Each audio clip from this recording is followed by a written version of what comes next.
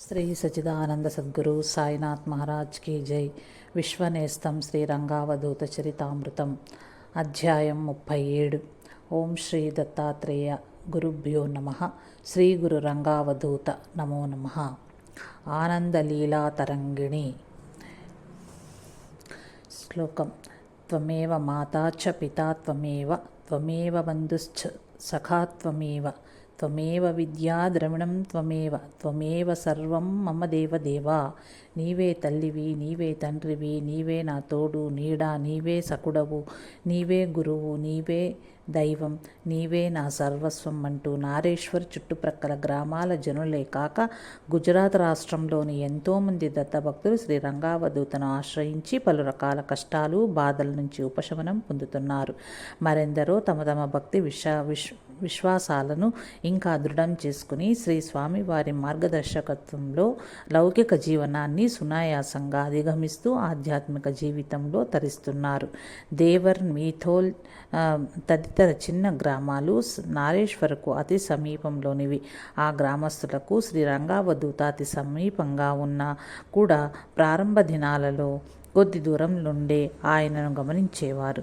స్వామివారి సాధు జీవనము, మృదు స్వభావము, సహజానంద వైభవము, వైరాగ్యము, స్నేహభావము ఆయా గ్రామస్తులను శ్రీ స్వామివారి సమీపానికి చేర్చాయి. అతి కొద్ది సమయంలోనే వైద్యుడు, ఉపాధ్యాయుడు, పురానికి హితం చెప్పే పురోహితుడు, ఆధ్యాత్మిక గురువు, బంధువు, స్నేహితుడు, సలహాదారుడు ఇలా చుట్టుప్రక్కల గ్రామస్తులందరికీ అన్నీ శ్రీ రంగావధూతయే అయ్యారు. అందుకే అందరూ ఆయనను ప్రేమతో, గౌరవంతో బాబ్జీ అని సంబోధించేవారు. బాబ్జీ అంటే తండ్రి అని అర్థము. అదే శ్రీ స్వామివారి పేరుగా అందరి నోటా పిలువబడుతోంది. శ్రీ స్వామివారితో అలా మొదలైన భక్తుల అనుభవాలు గ్రామాల ఎల్లలు దాటి రాష్ట్రాలకు, దేశాలకు విస్తరించాయి. ప్రేమానుభూతికి ఎల్లలెలా సంభవం. కాలానుక్రమణిక పాటించబోని ఈ అనుభవాలు ఓతప్రోతంగా శ్రీ రంగావధూతకు తమ గురువైన శ్రీ వాసుదేవానందులతో ఉన్న మమేకతను కొట్టవచ్చినట్లు వెలిబుచ్చుతున్నాయి. శ్రీ వాసుదేవానందులు మంత్రద్రష్ట, భక్తి రసావిష్కరణ పొందిన జ్ఞానతేజులు. శ్రీ స్వామివారు తమ గురుదేవుల పట్ల ఎప్పుడూ వినమ్రులే. అనుయాయుల కష్టాలకు కదిలిన శ్రీ రంగావధూత హృదయం దత్త భగవానుని స్మరిస్తూ స్తుతి రూపకంగా ఆయా నోట యథాలాపంగా వెలువడేది. అది ఓవి చందమో, ఉత్పలా మాలికా వృత్తమో, మరొకటో అయ్యేది. ఆ స్థుతి అడిగిన వారి కష్టాలను తొలగించే చర్మగీతమయ్యేది. లోకానికి అనన్య సాధ్యమైన పరిష్కారాన్ని చూపే, భక్తిని ఇముడింపచేసే పాటుగా నిలిచేది. ఆయన నోట పలికే ఈ పాట ఆ పల్లె జనాలకు తమ నిత్య జీవన పోరాటంలో పని పాటలకు క్రొత్త శక్తినిచ్చేది. ఆర్తుల కష్టాలను తీర్చేది. చూస్తే అవి మంత్రగర్భితాలుగాను, సమాన శక్తిమంతాలుగాను ఉండేవి.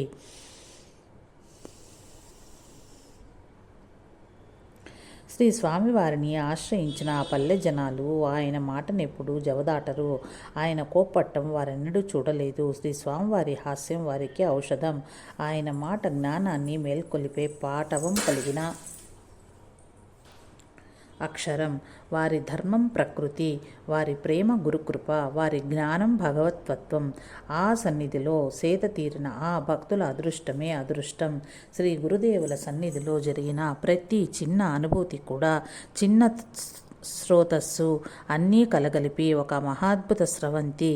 దానికి మొదలుందేమో కానీ తుది లేదు. అందులో కొన్నింటినైనా చవిచూస్తూ ఈ ఆనంద లీలా తరంగిణిలో మునకలేద్దాము. సర్వం సాధనామయం శ్రీరంగ హృదయం. చావు పుట్టుకల గొడవ నుండి తప్పించుకునే వాంఛ శ్రీ రంగావధూతకు బాల్యమందే ఆవిర్భమై శ్రీరామనామ జపముతో ఆరంభమైన సాధన, అందుకు విధించుకున్న నియమాలు, పట్టుదల, కఠోర శ్రమ జీవిత చరమాంకం వరకు కొనసాగబడటం విశేషం.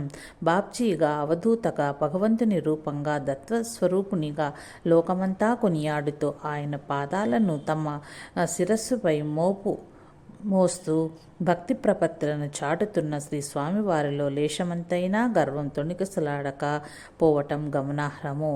శ్వాసే శ్వాసే దత్తనామ స్మరాత్మన్ అని తాను చెప్పిన మాటను తానే ప్రతి క్షణము ఏమారక ప్రతి ఘటనలోనూ భగవంతుని ఉనికి నింపుకుంటూ తానొక సాధకునిగానే మన ముందు నిలుస్తుంటారు శ్రీ స్వామివారు. పెద్దల పట్లను, సన్యాసుల పట్లను, మహాత్ముల పట్లను మాత్రమే కాక దుర్మతల పట్లను వినయంతో గౌరవాదరాలతో ప్రవర్తిస్తుండే శ్రీరంగావధూత సాధకులమని బాహాటంగా చెప్పుకు తిరుగుతుండే మనలాంటి వాళ్లకు హెచ్చరికగా నిలుస్తున్నారు.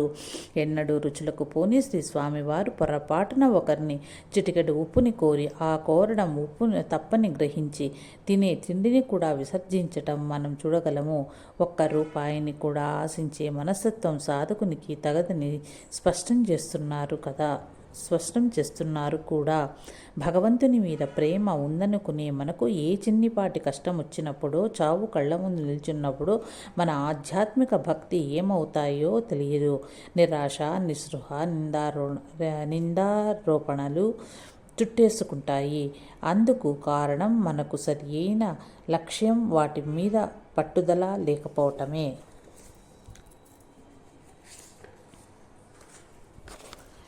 భగవంతుడు సర్వాంతర్యామి. నువ్వు ఒక రకంగా, నేనొక రకంగా, ఇంకొక రకంగా, ఇలా పలు రకాలుగా సాగుతున్న జగతిని అంతా ఒకటిగా చూడటం, అందరినీ ఒకటిగా, అది కూడా తనకు భిన్నంగా లేదని చూడగలగటమే అసలైన ఆధ్యాత్మికత. అదే మహాత్మ స్థితి, అదే పరమానంద స్థితి. నారేశ్వర్లో నీలమాళిగ గది నిర్మించటం కోసం భూమి పూజ నిర్వహిస్తున్నారు. శ్రీ స్వామి రంగావధూత సూచనల మేరకు నీలమాళిగ ప్రత్యేక సాధనా గది ప్రత్యేకముగా రూపురేఖలు చేయబడింది. ఈ సందర్భంగా ఎందరో భక్తులు నారేశ్వరకు రావటం చేత అక్కడంతా పండుగ వాతావరణం నెలకొని ఉన్నది. భూమి పూజా కార్యక్రమాన్ని ముగిసిన పిమ్మట భక్తులందరూ భోజనానికి రావలసిందిగా కోరారు.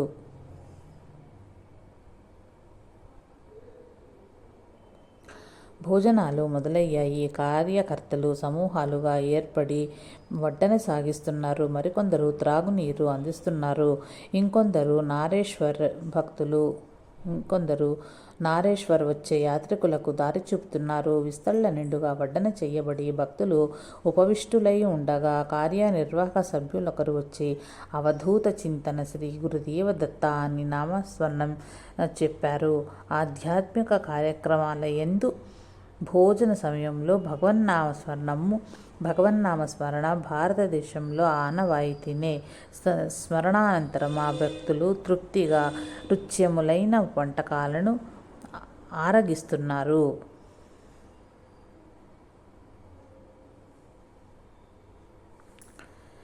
ఇంతలో అక్కడకు శ్రీరంగావధూత వచ్చి భోజనానికి కూర్చున్న యాత్రికులందరికీ చేతులు జోడించి నమస్కరిస్తూ కృతజ్ఞత తెలుపుకున్నారు. భరూచ్ నుండి వచ్చిన శ్రీ రసికల్లాల్ వ్యాన్ ఇది గమనించి శ్రీ స్వామివారి వద్దకు వచ్చి, అరే, మీరెందుకు ముకుళిత హస్తాలతో ఈ జనాలకు నమస్కరిస్తున్నారు అన్నారు.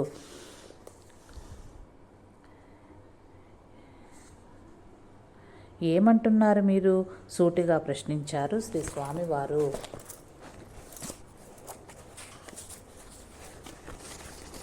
వీరందరూ సామాన్యులు, వీరికి అభివందనాలెందుకు అని నసిగాడు రసిక్లాలు. మీరు పొరపడుతున్నారు. మీకు తెలియదా మన సాంప్రదాయం ఏమి చెబుతుందో? చరాచర జగత్తంతా దేవుని సన్నివాసమే పలికారు శ్రీ స్వామివారు. ఆ పలుకుల్లో భగవంతునిపై విశ్వసనీయత ద్యోతకమవుతున్నది. అవును, కానీ రసిక్లాల్, మరి మీరెలా మర్చిపోయారు? వీరందరి రూపంలో భగవాన్ దత్తాత్రేయుడు ఇక్కడ కొలువు చేసి ఉన్నాడు. నేను వారికి నమస్కరించి కృతజ్ఞతలు తెలపవలసిన పని లేదా అని ప్రశ్నిస్తే సమాధానం చెప్పారు శ్రీ స్వామివారు. రసిక్లాల్ మరీ మాట్లాడలేదు. సర్వంతర్యామి అని చూడగలిగే గొప్ప మనసుంటే అంత ఆనందమయమే కదా. అప్పటికి అహంకారానికి తావెక్కడా? లేశమాత్రమెరుగని అహంకారము. శ్రీ దత్త జయంతి ఉత్సవాలు మాండ్గావ్లో జరుగుచున్నాయి. ఆ ఉత్సవాలకు హాజరయ్యేందుకు శ్రీ స్వామి రంగావధూత నారేశ్వర్ నుండి బయలుదేరి మార్గమధ్యంలో కర్ణాటక రాష్ట్రంలో బెల్గావి పట్టణంలో దేశపాండేవాడిలో ఒకరోజు బస చేసి ఉన్నారు. అప్పుడు పలువురు భక్తులు శ్రీ స్వామివారిని దర్శించుకున్నారు. అక్కడి నుండి శ్రీ స్వామివారు మాండ్గావ్ వెళ్లి దత్త జయంతి ఉత్సవాలలో పాల్గొన్నారు. ఉత్సవాలు పూర్తి అయిన అనంతరం తిరుగు ప్రయాణంలో శ్రీ స్వామివారు మళ్ళీ దేశపాండేవాడిలో ఆగారు. అప్పుడు శ్రీ స్వామివారి దర్శనార్థం వచ్చిన భక్తులలో ఒక అతను ఇలా వ్రాశారు.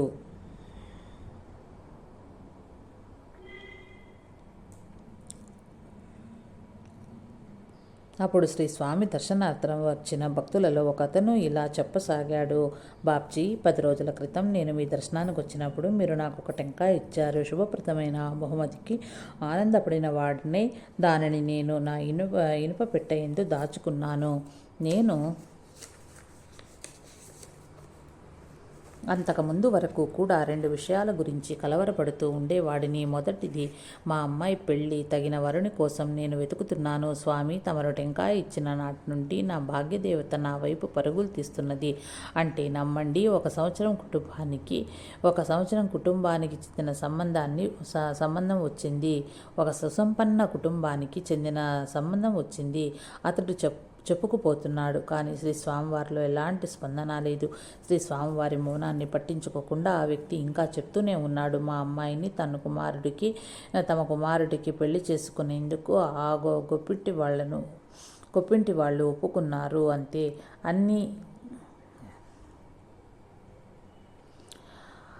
అన్ని ఏర్పాట్లు పూర్తి అయ్యాయి. ఇక వివాహం జరగటమే మిగిలి ఉన్నది. ఇదంతా మీ కృపా విశేషమే బాబ్జీ. శ్రీ స్వామివారు ఏమీ మాట్లాడకుండా కళ్ళు మూసుకొని నిర్లిప్తంగా ఉన్నారు. అదేం పట్టించుకోకుండా ఆ భక్తుడు ఎంతో సంతోషంగా వినయంతో చెప్తూనే ఉన్నాడు. నేను ఆందోళన చెందుతున్న రెండవ విషయం ఏమిటంటే, ఎప్పటి నుండో ఏటూ తేలక కొనసాగుతున్న కోర్టు వ్యవహారము. మా తరపు వకీలు ఎప్పుడో ఆశలు వదిలివేయమని చెప్పాడు. కానీ మాకు న్యాయం జరిగేలా, మాకు అనుకూలంగా న్యాయస్థానం తీర్పు ఇచ్చింది అంటూ కృతజ్ఞతని ఘటించాడు. ఈ శ్రీ స్వామివారి మాత్రము మెదలక కళ్ళు మూసుకుని నిశ్చింతంగా అట్లే ఉన్నారు. వారి నుండి ఏ స్పందన లేకపోవటంతో ఇక చేసేదేమీ లేక ఆ భక్తుడు అక్కడి నుండి నిష్క్రమించాడు. వినయం ఆయనకు సహజాభరణము. మనిషి ముందుకు నడిపించేది, ఉన్నత స్థానంలో కూర్చోబెట్టేది వినయమే. వినయం ఉన్న చోట సత్యగ్రహింపు మాత్రమే జరుగుతుంది. అంటే వినయం ఉన్న సాధకుడు ఆధ్యాత్మిక మార్గంలో సత్యము, నిత్యము, శాశ్వతము అయిన పరమాత్మ సాక్షాత్కార దిశలోనే అడుగులు వేయటం జరుగుతుంది. విశ్వ చైతన్య స్థాయిలో నిలుస్తాడు. అల్పులు, సంపదలు, పరువు ప్రతిష్టలు, అధికారాలు ఉండటమే గొప్పగా భావిస్తూ ఇతరులు తమ పట్ల వినయ విధేయతలతో ఉండాలని కోరుకుంటారే కానీ తాముండజాలరు. చివరకు వారు కోరినవి నిలువవు, పొందినవి తోడు రాకుండానే కనిపించని తనకే అర్థం కానట్టి కొరతతోనే కాలం వలలో చిక్కుకునిపోయి జన్మచక్రంలో కొట్టుమిట్టాడుతుంటారు. కానీ జ్ఞానవంతుడు వినయంతో ఉపక్రమించే వినయంతో శోభిస్తూ మృత్యువుపై ఘన విజయంను సాధించి ఉంటాడు. శ్రీరంగావధూత పాదచారిగా ఒకసారి మాల్సర్ గ్రామం వెళ్ళాడు. అక్కడి సత్యనారాయణ స్వామి ఆలయంలోకి వెళ్లారు. గర్భగుడి ఎదుట దర్శనానికి నిలబడ్డారు. పూజారి విసుగ్గా, ఎలాంటి సాధువయ్యా నువ్వు? ప్రార్థన భగవంతునికి ఏ వైపు నుండి చెయ్యాలో కూడా తెలియదా? అయినా వస్తుంటారు సాధువులమంటూ చూసుకుంటాడు. అందుకు శ్రీ స్వామివారు చాలా సౌమ్యంగా, వినయంగా, సోదరా, నేను సాధువును కాను, ఎలా ప్రార్థించాలో తెలియదు, చెబితే అలానే చేస్తాను అన్నారు. సరి విగ్రహానికి కుడివైపు నిలబడి ప్రార్థన చెయ్యాలి అన్నాడు పూజారి. శ్రీ స్వామివారు అలానే చేసి వచ్చారు. వినయం మహాత్మం సహజాభరణం కదా. నిజానికి భగవంతుడు ఏ వైపు ఉన్నాడు, ఏ వైపు నిలబడి నమస్కరించాలి, ముందు, వెనుక, క్రింద, పైన, ప్రక్కల, కనుచూపు సోకిన ప్రతీది సమస్త సృష్టిజాలమంతా విశ్వచైతన్యముగా ఉన్నది ఆ భగవంతుడుగాక మరేమిటి? మరి ఎటు నిలిచి నమస్కరించినా ఆ విశ్వప్రభుకే కదా చెల్లుతుంది. అవధూత చింతన. శ్రీ గురుదేవదత్త.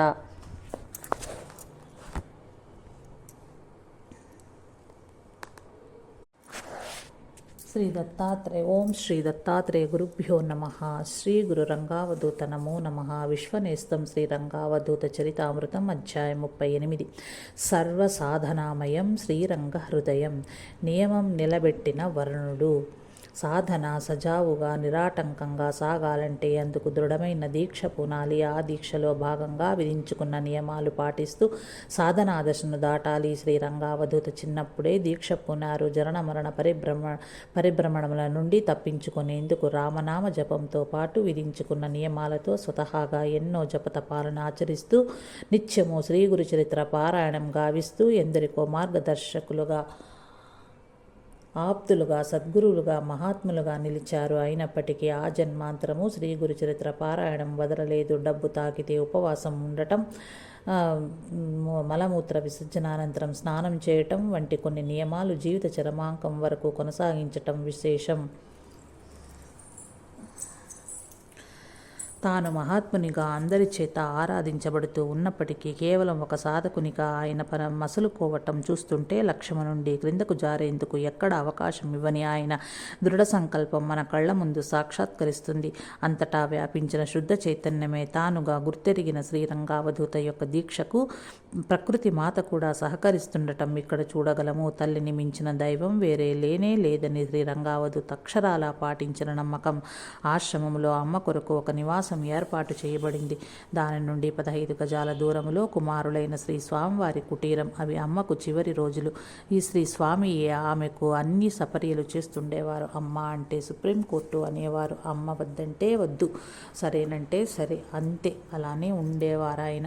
కాలకృత్యాలకై అయిన తరువాత, మలమూత్ర విసర్జన తరువాత స్నానం తప్పనిసరిగా ఆచరించేవారు శ్రీ స్వామివారు. అలాంటిది ఒక సమయంలో మల విసర్జన తరువాత స్నానానికి వెళ్తుండగా సేవకుడు వచ్చి అమ్మకు బాగోలేదని ఉన్న పళంగా రమ్మన్నారని అమ్మ ఆజ్ఞ వినిపించాడు. స్నానం చేసి వస్తానన్నారు స్వామివారు. అంత ఆలస్యం లేదని అమ్మ త్వరగా రమ్మనిందని ఆ సేవకుడు చెప్పాడు. దాంతో స్వామి తమ నియమం వదులుకొని తల్లి వద్దకు వేగంగా అడుగులేస్తున్నారు. అంతలోనే అప్పటికప్పుడు మేఘాలు కమ్ముకోవటం, వర్షం పడటం ఆరంభమైంది. అమ్మ నివాసం చేరేలోపే ముద్దగా తడవడంతో ఆకాశగంగా స్నానమైంది.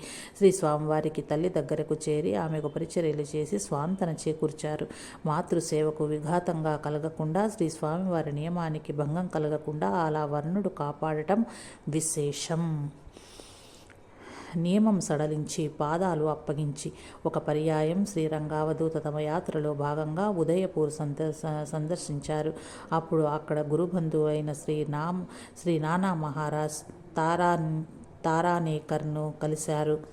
దైవాంశ సంభూతులను ఇరువురిని ఒకే చోట దర్శించగలగటం అక్కడి భక్తులనెంతో ప్రభావితం చేసింది. శ్రీరంగావధూత పాదాలను సృజించాలని వాళ్ళెంతగానో ఉవ్విళ్ళూరారు.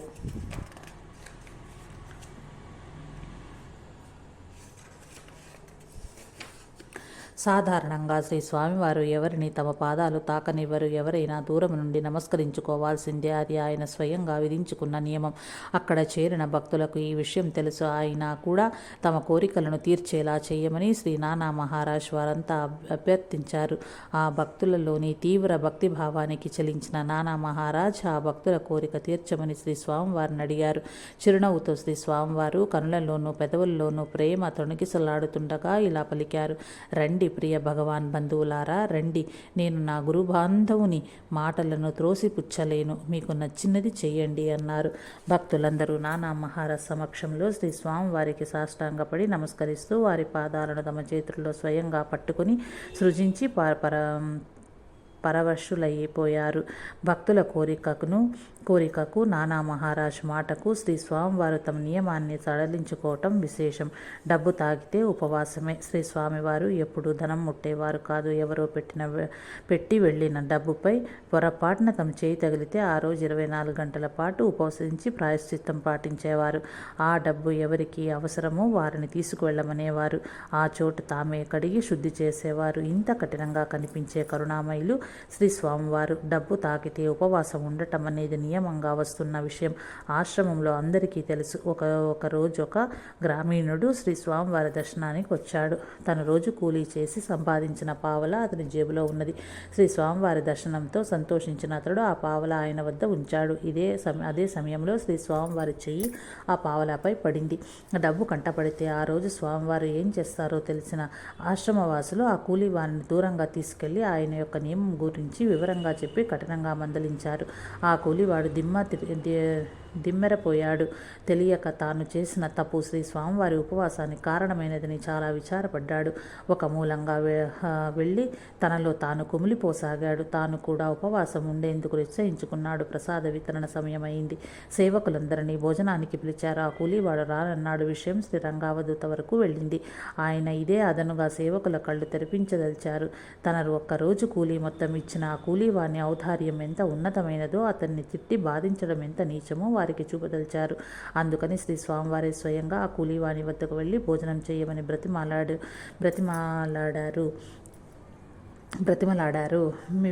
మీరు వద్దన్న భోజనం నాకు కూడా వద్దు. నా తప్పుకు ఇదే శిక్ష. నన్ను మన్నించండి అన్నాడతడు. అయితే నాతో పాటుగా భోజనం చెయ్యి. నీకోసం ఈరోజు నా ఒట్టు తీసి గట్టు మీద పెడుతున్నాను అని అతనితో పాటు కూర్చుని భోజనం చేశారు శ్రీ స్వామివారు. శ్రీ స్వామివారితో కలిసి భోజనం చేసేంతటి భాగ్యానికి నోచుకున్న అతనికి భోజనం తర్వాత ఆయన్ని దక్షిణగా కానుకగా పావల అందించి పంపారు. సేవకుల కాఠిన్యం అతని అనంత భాగ్యానికి దారి తీసింది. అతని భవిష్యత్తు ఎవరు విచారించకున్నా దానికి కొదవే ఉంటుంది. ఆ పేదవాని అనన్య భక్తికి దాసులయ్యారు శ్రీ స్వామివారు. అందుకే జీవితంలో ఆ ఒక్కసారికి తన నియమం ప్రక్కన పెట్టి అతన్ని అనుగ్రహించారు. రుచులపై వ్యామోహం పోలేదా?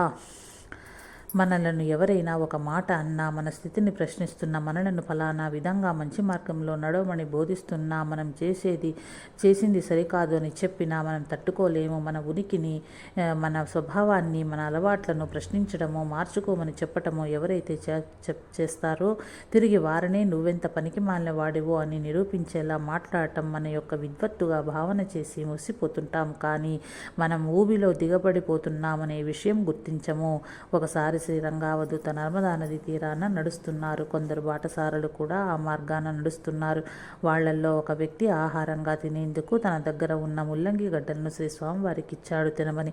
అప్పటికే తీవ్రమైన క్షుద్బాధతో వాంతి వచ్చేటట్టు ఉండటంతో శ్రీ స్వామివారు ఆ వ్యక్తి ఇచ్చిన ముల్లంగి గడ్డలను తీసుకుని నది ఒడ్డున కూర్చుని తిందామని నదీ జలాలకు దగ్గరగా నడిచారు. అదే సమయంలో మరొక బాటసారి వచ్చి, మీరు తేనీరు స్వీకరిస్తారని అడిగారు. వద్దు అని శ్రీ స్వామివారు సమాధానం ఇచ్చి వెంటనే అతడితో సాధ్యమైనట్లయితే చిటికెడు ఉప్పు ఉంటే ఇవ్వండి, ఈ ముల్లంగిలో తినటానికి బాగుంటుంది అన్నారు.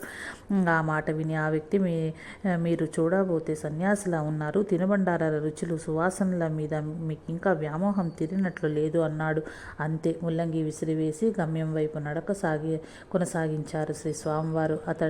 అతడిని తిరిగి ఏమీ అనకుండా ఆయన ముందుకు సాగటం విశేషం. ఇక్కడ భగవాన్ శ్రీ వెంకయ్య స్వామివారికి గొలగమూడి, నెల్లూరు జిల్లా సంబంధించిన ఒక ఘటన స్మరణకొస్తుంది. శ్రీ వెంకయ్య స్వామివారు తన శిష్యులతో కూడి రోడ్డుపై నడిచి వెళ్తున్నారు. అప్పుడు ఒక వ్యక్తి వారందరినీ శ్రీ స్వామివారితో సహా పుట్టకూటి సాధువుల్లాగా, దొంగ సాధువుల్లాగా పరుషంగా మాట్లాడతాడు.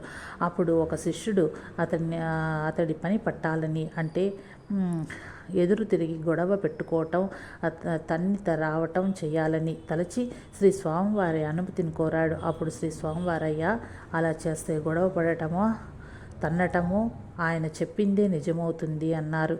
నిష్కారణంగా తమను తప్పుడు వ్యక్తులుగా, దొంగ సాధువులుగా అంటున్న వ్యక్తిపైకి గొడవకు పోవడం అంటే సాధుత్వమును వదిలి పామరత్వాన్ని అనుసరించినట్లే అవుతుందని శ్రీ వెంకయ్య స్వామివారు స్పష్టం చేస్తున్నారు.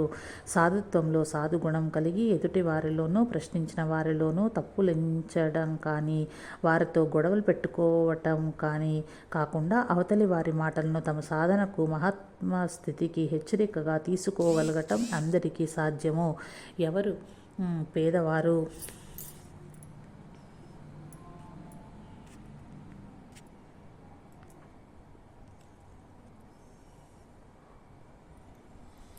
సాధకులకు అపరిగ్రహం అనే నియమం తప్పనిసరి అయినప్పుడు మాత్రమే కర్మబంధము నుండి కొంతమేర తప్పించుకునే వీలు లభిస్తుంది. శ్రీరంగావధూత వంటి మహాత్ములు మాత్రం భక్తులు ప్రేమపూర్వకంగా ఇచ్చినది ఏదైనా స్వీకరిస్తుంటారు. అయితే భక్తుల నుండి ప్రత్యేకంగా ఫలానిది కావాలని ఆశించరు. అయితే భక్తులు తమకు సమర్పించిన తినుబండారాలైనా మరే వస్తువులైనా డబ్బు అయినా అదే రోజు సంబంధిత అవసరం కలిగిన అక్కడ ఉన్న భక్తులకు వాటిని అందించేస్తుంటారు కూడా. ఏమి ఆశించరు. ఎవరు కోరినది వారికి అందివ్వగల సమర్థత గల మహాత్ములు. తాము మరొకరి నుండి ఆశించడం అనేది జరుగదు.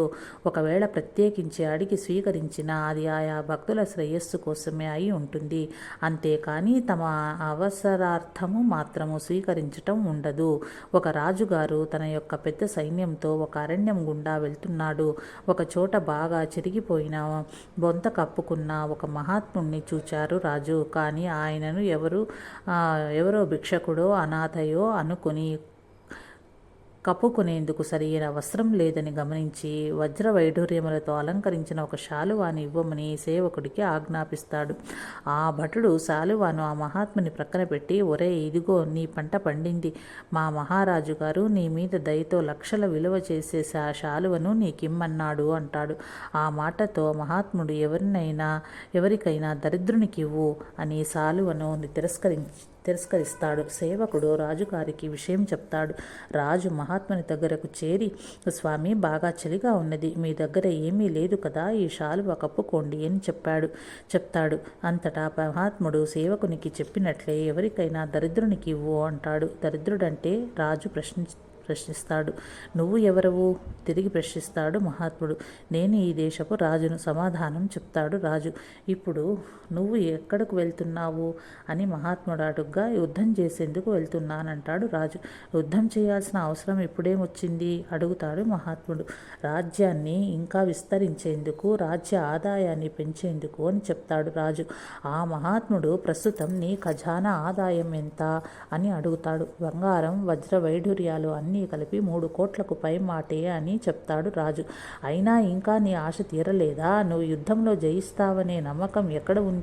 నువ్వే యుద్ధంలో చనిపోతే పేరాశ కలవాడే దరిద్రుడవుతాడు అని రాజును దరిద్రునిగా నిరూపిస్తాడు ఆ మహాత్ముడు. చివరకు ఆ రాజు ఆయనను మహాత్మునిగా తలిచి క్షమించమని కాళ్లపై పడతాడు. నిజానికి సర్వసృష్టిపై ఆధిపత్యం కలిగిన కూడా ఏమీ లేని వికారి ఓలే కనిపించు మహాత్ములు పేదవారెలా అవుతారు? అన్నీ ఉండి కూడా మరేదో పొందాలనే, అంటే కావాలనే కొరత ఒకదాని తర్వాత మరొకటి ఉంటూనే ఉండే ధనవంతుడే దరిద్రుడు. ఆనాటి భరతఖండంలోని అనేక స్వతంత్ర రాజ్యాలలో ఒకదానికి ఒకానొకప్పటి రాజ్యాధికారికి చెందిన బంధువు ఒకడు శ్రీ స్వామి రంగావధూతను కలిసి నమస్కారం చేసుకుని పుష్పమాలాంకృతులను చేశాడు. శ్రీ స్వామివారి ఎదుట బాగా ఖరీదైన దుప్పట్ల మూటను ఉంచాడు. వాటిని గురుదేవులకు సమర్పించుకోవటం అతడి ఉద్దేశం. ఆ మూట చూచి శ్రీ స్వామివారు, ఇవి ఎవరి కోసమని అడిగారు. మీకోసమే బాబ్జీ చెప్పాడతడు. ఒక దుప్పటి, 2 లంగోటాలు నా అవసరాలకు సరిపోతాయి. అంతకంటే ఎక్కువ బట్టలు నిల్వ ఉంచుకునేందుకు ఇష్టపడను చెప్పారు శ్రీ స్వామివారు. మీరు వీటిని ఎవరినైనా అవసరం ఉన్నవారికి ఇవ్వచ్చు స్వామి వినయంగా చెప్పాడతడు. దివ్యంగా ఉంది. నేను కలిసిన వారిలో అందుకు తగిన వారు మీరే. దయచేసి అంగీకరించండి అంటూ ఆ మూటను బలంగా అతని కేసి తోసివేశారు శ్రీ స్వామివారు. ఈ చర్యతో ఆ వ్యక్తి కంగు తిని, ఎలా బాబ్జీ, మీరు నన్ను పేదవాడిని పొరపాటు పడుతున్నారా అని అడిగాడు.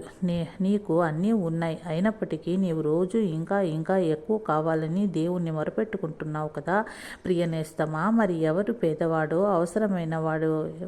అవసరమైన వాడో నిర్ణయించు అని పలికారు శ్రీ స్వామివారు. అతడి నోటి మాట లేదు. తనలోని ధనాహంకారానికి శ్రీ స్వామివారి కళ్ళెం వేశారని అర్థమైంది అతనికి. అవధూత చింతన. శ్రీ గురుదేవదత్త.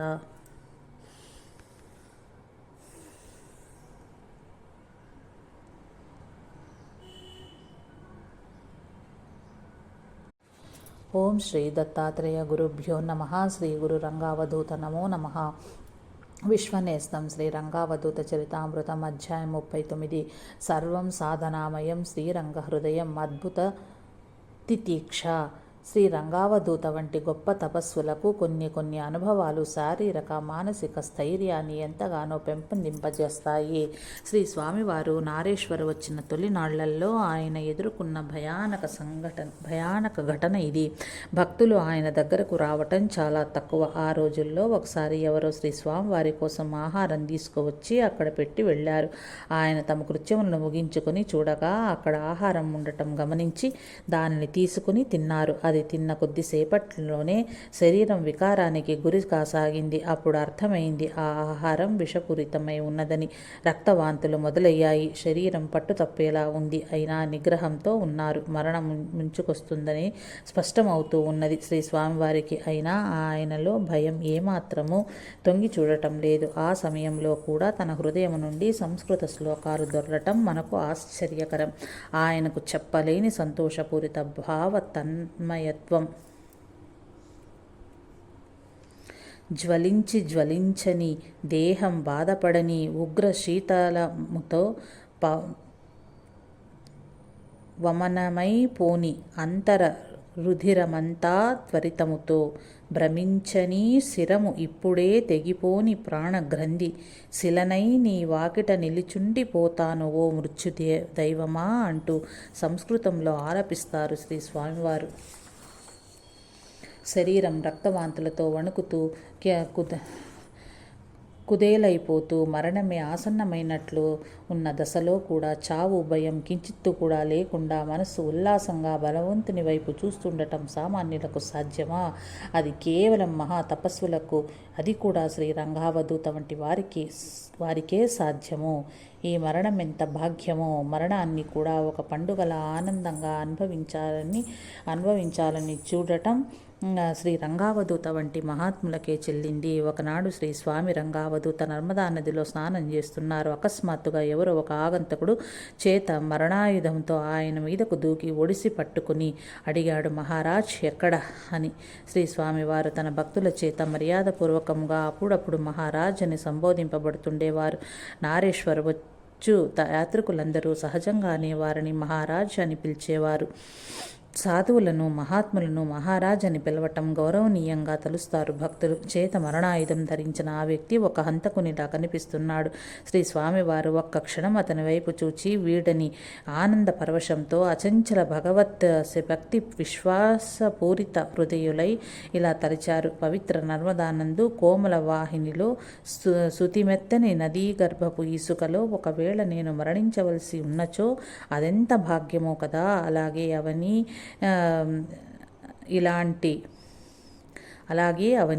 ఇలాంటి ఉత్తమమైన మరణం పొందటం నిజంగా దైవం ఎంతగా కరుణిస్తే జరుగుతుంది. ఇలా కాక మరో రకంగా దుర్గంధభూయిష్టమైన ఈ లోకాన్ని వీడటం ఏమి గొప్ప! వెంటనే ఆలస్యం చెయ్యకుండా అతని వైపు చేతులు జోడించి తల వంచి, నేస్తమా, మీరు వెతుకుతున్న మహారాజును నేనే అన్నారు శ్రీ స్వామివారు. ఆ ఆగంతకుడు ఒక్క క్షణం తేరిపారా చూచి వెంటనే చేతులు వదిలేసి శ్రీ స్వామివారి పాదాలపై పడి బిగ్గరగా ఏడుస్తూ, నేను మీ దర్శనం చేసుకోవటానికి వచ్చాను స్వామి, దయచేసి నన్ను దీవించండి అని ప్రాధేయపడ్డాడు. ఆశ్చర్యపోవటం శ్రీ స్వామివారి వంతయింది. హక్కును చేర్చుకోకుండా ఉంటారా మరి? జ్ఞాన అహంకారం శూన్యం. తల్లిదండ్రులను, పెద్దలను, గురువులను, ఆరాధకులను, భక్తులను, సన్యాసులను, సాధువులను, మహాత్ములను, వేద పండితులను తదితరులను గౌరవించవలనని మన సనాతన ధర్మం ప్రబోధిస్తూనే ఉన్నది. గౌరవం పొందాల్సింది వీరైతే ఆ గౌరవం ఇవ్వాల్సింది సామాన్య ప్రజానీకం. మరి ఆ గౌరవం పొందుతున్న వాళ్ళు ఆ గౌరవాదరాలు తాము మాత్రమే పొందుతున్నామని విర్రవీగితే సనాతన ధర్మానికి అర్థమే లేనట్లు. మరి ఇతరుల నుండి ఆ గౌరవాదరాలు తమలో ఉన్న పరమాత్మకు దక్కుతాయా అన్న భావంతో నిగర్వంతో ఉండాలి. అప్పుడే వాళ్ల పూజనీయ స్థితి మరింత ద్విగుణీకృతమవుతుంది. అలా కాక తాము అంతా తెలిసిన వారమో జ్ఞానవంతులమో అహంకరిస్తే ఆ భావం తప్పక ఆధ్యాత్మిక పతనానికి దారితీస్తుంది. గుజరాత్లోని దీవర్లో శ్రీ స్వామివారు శ్రీమద్ భగవద్గీత ప్రవచనాలు అనుగ్రహిస్తున్నారు. అంతకు మునుపు నిరంజన అనే సాధువు భగవద్గీత ప్రవచనములను చెబుతూ తప్పుగా అర్థ వివరణ ఇచ్చినట్లు తెలిసి శ్రీ స్వామివారు జాగరూకతతో భగవద్గీత అంతరార్థ భాష్యమును చెబుతున్నారు. ఆ సమయంలో ఒక సన్యాసి ప్రవచనములకు ఇచ్చేశారు. వారిని చూచిన శ్రీ స్వామివారు తమ స్థానము నుండి లేచి ద్వారం వద్దకు ఎదురుగా వెళ్ళి ఆ సన్యాసిని ఆహ్వానించారు. అంతేకాక ఆయనకు తన ఆసనమును ఇవ్వచూపారు. ఆ సన్యాసి మృదువుగా ఆసనమును తిరస్కరించి, మీరు మాకంటే ఉన్నత స్థాయిలో ఉన్న వ్యక్తులు, మీరు మా కోసం మీ ఆసనమును దిగి రానవసరం లేదు అన్నారు. అయ్యా, తమరు సర్వసంగ పరిత్యాగులైన సన్యాసులు. హిందూ ధర్మశాస్త్ర ప్రకారము మనిషి పయనించవలసిన 4 ఆశ్రమాలలో బ్రహ్మచార్యము, గృహస్థము, వానప్రస్థము, అనంతరం సన్యాసము చివరిది. ఉత్కృష్టమైన సన్యాసాశ్రమంలో ఉన్న మీరు సమాజంలోని అందరి చేత ఆదరింపబడేందుకు అర్హులు. అందరి చేత మీకు ఆసనము, ఫలము, తోయము ఎవరైనా ఇయ్యవలసిందే వినయస్వరంతో పలికారు శ్రీ స్వామివారు. ఆ సన్యాసి శ్రీ స్వామివారికి నమస్కరించి, మీరు చెప్పిన దానిలో నేను అంగీకరిస్తాను. నేను చతుర్థ ఆశ్రమంలోనే ఉన్నాను. కానీ మహాశయ, తమరు దీనికంటే ఉన్నతమైన పంచమ ఆశ్రమమైన అవధూత స్థానాన్ని పొంది ఉన్నారు. అది సమస్త ప్రాపంచిక విషయముల నిశ్శేష పరిత్యాజ్య స్థితి కనుక మాకును మీరు ఆరాధ్యులే అన్నారు. శ్రీ స్వామివారు పదే పదే ప్రార్థించిన వినక దగ్గరగా ఆశీస్సులయ్యారు ఆ సన్యాసి. చివరకు ఇక తప్పక శ్రీ స్వామివారు తిరిగి తమ ఆశ్రమను గ్రహించి ప్రవచనములు కొనసాగించవలసి వచ్చింది. శ్రీరంగావధూత ఎందు తాను జ్ఞానం పొందని వానిననే శ్రీరంగావధూత ఎందు తాను జ్ఞానం పొందిన వానిననే అహం లేశమంతైనా చాటున కూడా కనపడదు.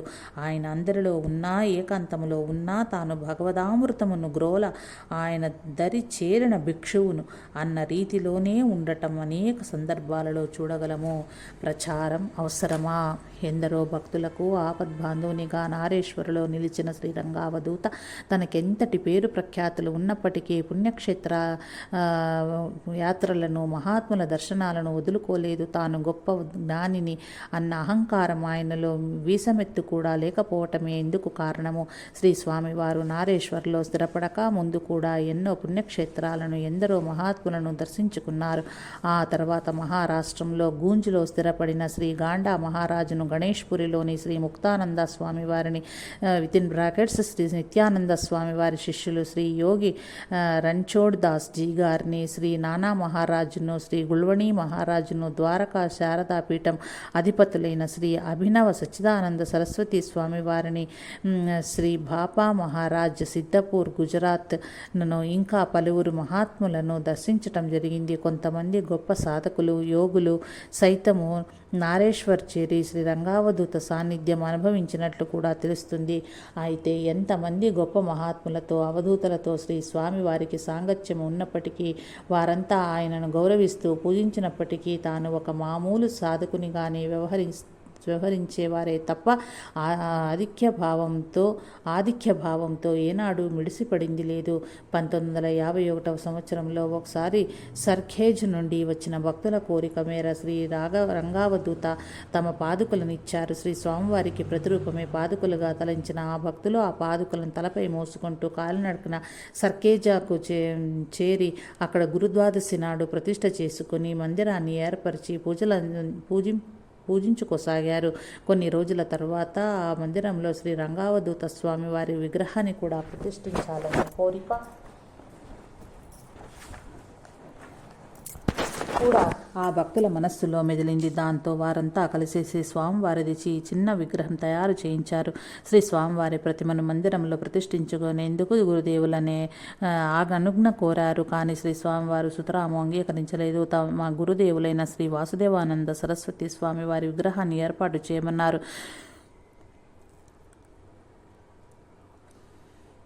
కానీ భక్తులు కాళ్ళ వేళ్లా పడి బ్రతిమాలుకోగా వారి బలమైన కోరికను అంగీకారం చెప్పక తప్పలేదు. శ్రీ స్వామివారికి సర్ఖేజాలో శ్రీ రంగావధూత విగ్రహ ప్రతిష్ఠ చేసేందుకు ద్వారకా శారదాపీఠం అధిపతులు శ్రీ అభినవ సచ్చిదానంద సరస్వతి స్వామివారు విచ్చేశారు. శ్రీ స్వామివారి విగ్రహ ప్రతిష్ఠ చేయటం ఎంతో గౌరవప్రదంగా భావించి ఆ శంకర పీఠాధిపతి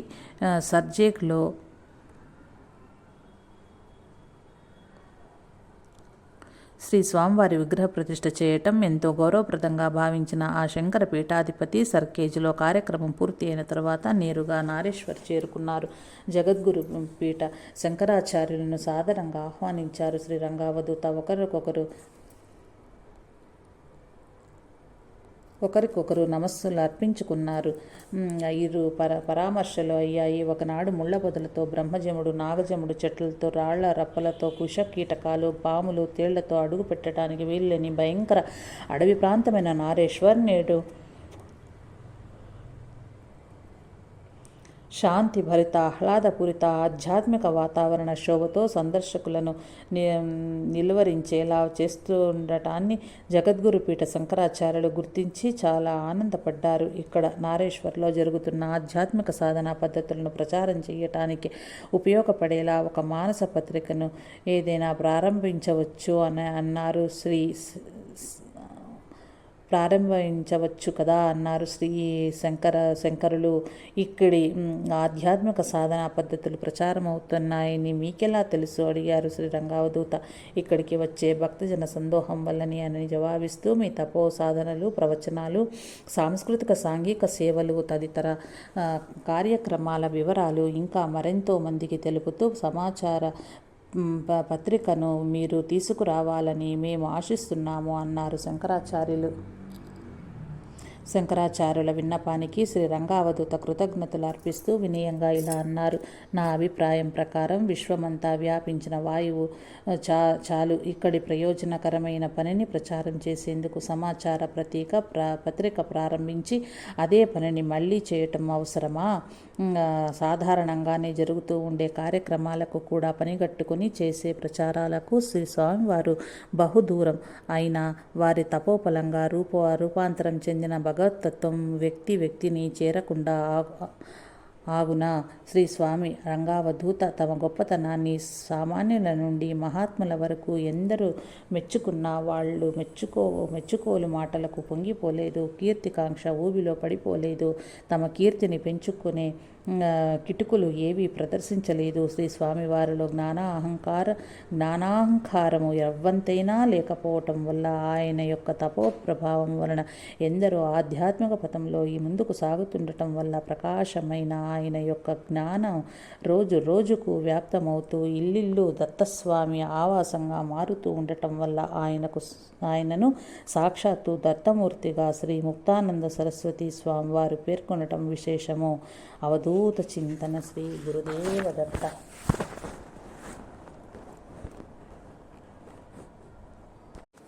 ఓం శ్రీ దత్తాత్రేయ గురుభ్యో నమః. ఓం శ్రీ గురు రంగావధూత నమో నమః. విశ్వనేస్తం శ్రీ రంగావధూత చరితామృతం. అధ్యాయం 40. పేదల పక్షపాతి. పూజ్యశ్రీ రంగావధూత పేదల పక్షపాతి అని పలు సంఘటనల ఆధారంగా చెప్పవచ్చు. ఆయా వ్యక్తుల పేదరికం ఆయనకు అసలు పట్టదు. అట్టివారి హృదయమే శ్రీ స్వామివారికి అపరూప సింహాసనం కాబోలు. తనకు తానే వాళ్ల మీద జనలేని దయ కురిపిస్తుంటారు. వాళ్ల పేద కుటీరాలకు తానే వెళ్ళి సంతోషాలను అందిస్తుంటారు. శ్రీ స్వామివారు చూపే నిష్కపట నిస్వార్థ ప్రేమ పొందుతున్న ఆ పేద భక్తులకు ఆయన స్వంత కుటుంబీకుడు, తండ్రి, ఆప్తుడు, దేవుడు కూడా. సందర్భం ఉన్నా లేకున్నా శ్రీ స్వామివారు తమకు తామే ఆ పేదల ఇళ్లకు వెళ్ళి పావనం చేస్తారు. అప్పుడు ఆ భక్తులకు గొప్ప పండుగే మరి. కరుణామూర్తి. శ్రీ రంగావధూతకు భక్తుడుగా ఉన్న ఒక రైతు ఒకసారి ఆయన సన్నిధిని చేరి వినయంగా వంగి నమస్కరించాడు. అతని చొక్కా వీపు వైపు అంతా చిరిగి ఉండటం శ్రీ స్వామివారు గమనించారు. వెంటనే తమపై ఉన్న శాలువా తీసి ఆ రైతుపై కప్పి పంపారు. అనంతరం భక్తుల చేత పేదలకు వస్త్రాలు ఇప్పించసాగారు. శ్రీ స్వామివారి మాతృమూర్తికి సేవ చేసిన పరిచారిక నరసి అనే ఆమె ఉంది. ఆమె కుమార్తెకు పెళ్లికి నగలివ్వడమే కాక పెళ్లి చేయించారు శ్రీ స్వామివారు. మానవ సేవయే మాధవ సేవ అన్న నుడికారం శ్రీ రంగావధూత చేతలలో నిజమైన సందర్భాలెన్నో. శ్రీ స్వామివారు గ్రామీణుల కొరకు నగరాలలోని పెద్ద పెద్ద వైద్యులను, శస్త్రచికిత్స నిపుణులను నారేశ్వర్ రప్పించి వైద్య శిబిరాలు పెట్టించారు. 600 పైగా శస్త్రచికిత్సలు దిగ్విజయంగా జరిగాయి. ప్రతి రోగి వద్దకు తామే స్వయంగా వెళ్ళి పరామర్శించేవారు. వారికి కావలసినవన్నీ క్షణాల్లో ఏర్పాటు ఏర్పాటు చేసేవారు. వైద్యుల వసతి, ఆహార విషయాలలో ఎంతో శ్రద్ధ వహించేవారు. అలాంటి శిబిరాలు ఆ తర్వాతి కాలంలోనూ నిర్వహించబడినవి. దయాళువు రాక దీనులకు పండుగే మరి.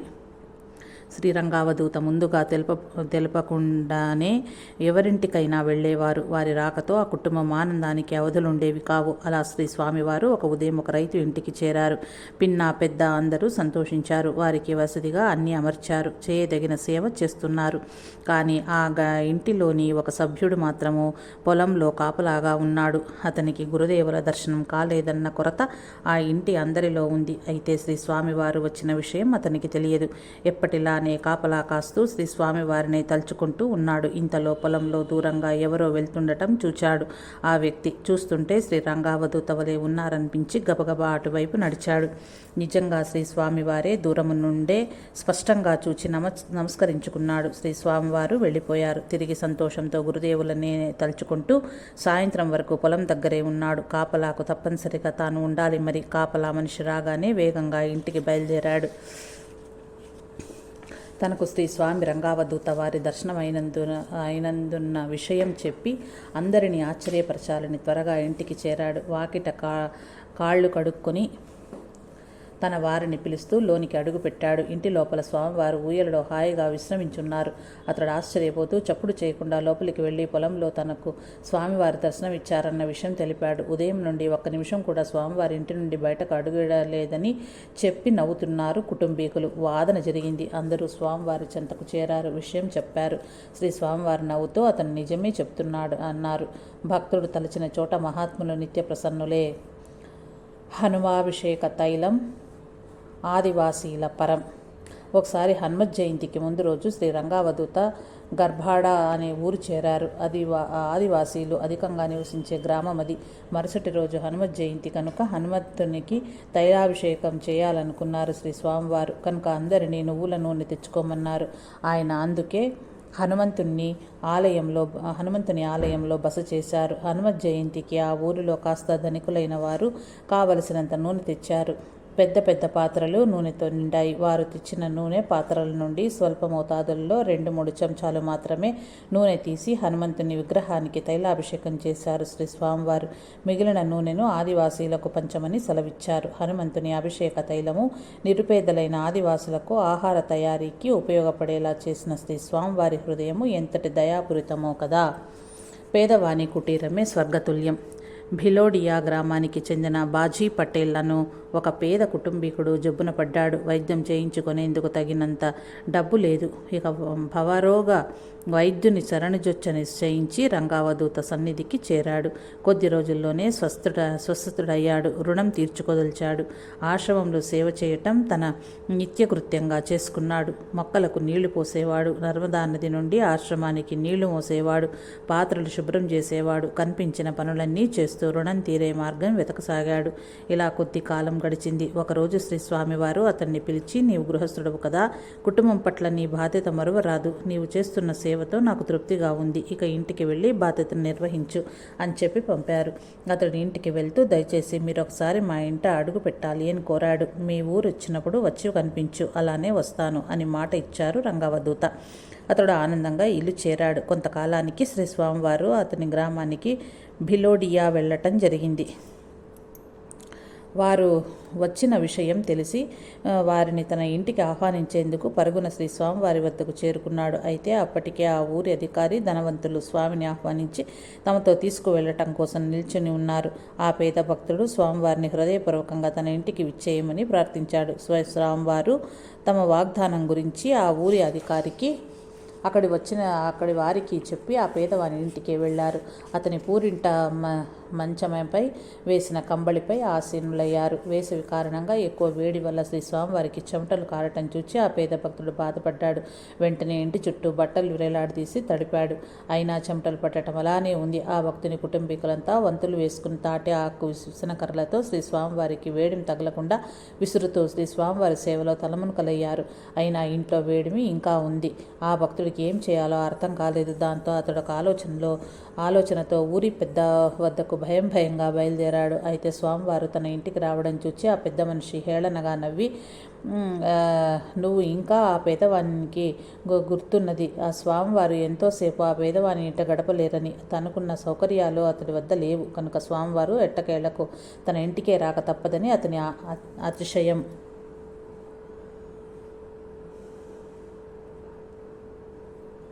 కానీ కరతల భిక్ష తరుతల వాస కరతల భిక్ష తరుతల వాస అన్న యతి నియమాలు శ్రీ స్వామి రంగావధూతకు అనాయాసం అన్న విషయం ఆ ధనికుడు మరిచాడు. ఇంతలో పేదవాడు ఆ ధనికుని ఇంటి వాకిట చేరి వినయంగా నిల్చున్నాడు. స్వామిని మీ ఇంటికే చేరుస్తానని తనను బ్రతిమాలిపోతాడని గర్వంగా అతని వైపు చూచాడు ధనికుడు. ఏమిటి అన్నట్లుగా. అయ్యా, ఎండతాపానికి స్వామికి తీవ్రంగా చెమటలు పడుతున్నాయి. తమ ఇంటనున్న వట్టివేళ్ల చేపలు ఇప్పించితే అవి 4 వైపులా కట్టి తడుపుతాను. వారికి కాస్త చల్లగా ఉంటుంది అని అడిగాడు. గతిలేని వాడికి గతిలేని వానికి అతిశయాలెందుకో. వెళ్ళి స్వామిని మా ఇంటికి తీసుకురా పో అని కసిరి పంపాడు ధనవంతుడు. గతిలేని వానికి అతిశయాలెందుకో. వెళ్ళి స్వామిని మా ఇంటికి తీసుకురా పో అని కసిరి పంపాడు ధనవంతుడు. ఆ నిరుపేద బాధపడుతూ దిగులుతో ఇంటికి వస్తున్నాడు. ఇల్లు సమీపిస్తుండగా వాతావరణం మారి ఉండటం గమనించాడు. తన ఇంటి పరిసరాలు బాగా తడిసి ఉన్నాయి. వర్షం బాగా వచ్చి అప్పుడే ఆగింది. ఎంతో చల్లగా ఉంది. ఆశ్చర్యకరంగా ఆ వర్షం ఆ చిన్న ప్రాంతానికే పరిమితం అవటం విశేషం. శ్రీ స్వామివారు సుఖంగా విశ్రమించి ఉండటం అతనికి ఎంతో సంతోషాన్ని కలిగించింది. పంచభూతాలు ఎవరి వశంలో ఉంటాయో వారిని ఆశ్రయించిన వాడు పేదవాడు ఎలా అవుతాడు? ధనగర్వం ఉన్నవాడు ధనికుడు ఎలా అవుతాడు? చోద్యం చూద్దామని వెనుకనే మాంది మార్బాలతో వచ్చిన ఊరి పెద్ద ఇదంతా చూచి హతాశుడయ్యాడు. అతడి గర్వం అణిగింది. కాదు, శ్రీ స్వామివారే ఈ ఘటనతో అతడి అహంకారాన్ని నిర్మూలించారు. అతడు చెమ్మగళ్ళిన కళ్ళతో శ్రీ స్వామివారి పాదాలపై పడి మన్నించమని కోరాడు. తన తప్పు మన్నించమని పేదవారిని కోరాడు. తన ఇంటికి వచ్చి కావలసినన్ని తీసుకువెళ్ళమని మరీ కోరాడు. అడవిలోనైనా ఐశ్వర్యం అంటే ఇదే కదా. వర్ణుడే వచ్చి శ్రీ స్వామివారిని సేవించుకెళ్ళటం చూచి తానెంత పేదవాడో ఆ అభాగ్యుడెంత ధనికుడో గుర్తెరిగాడు ఆ ధనికుడు. స్వామివారు బోధించే విధానమే చిత్రం. పేదల హృదయంలోని భక్తి భావాన్ని స్వీకరించి అనుగ్రహించటంలో మహాత్ములందరిది ఒకటే దారి. శ్రీ షిరిడి సాయి, శ్రీ తాజుద్దీన్ బాబా వంటి సద్గురుమూర్తులు కూడా తమ దగ్గరకు వచ్చి భక్తులలో పేద భక్తులకు ప్రాధాన్యం ఇవ్వటం పలు సంఘటనలో చూడగలము. అవధూత చింతన శ్రీ గురుదేవ దత్త.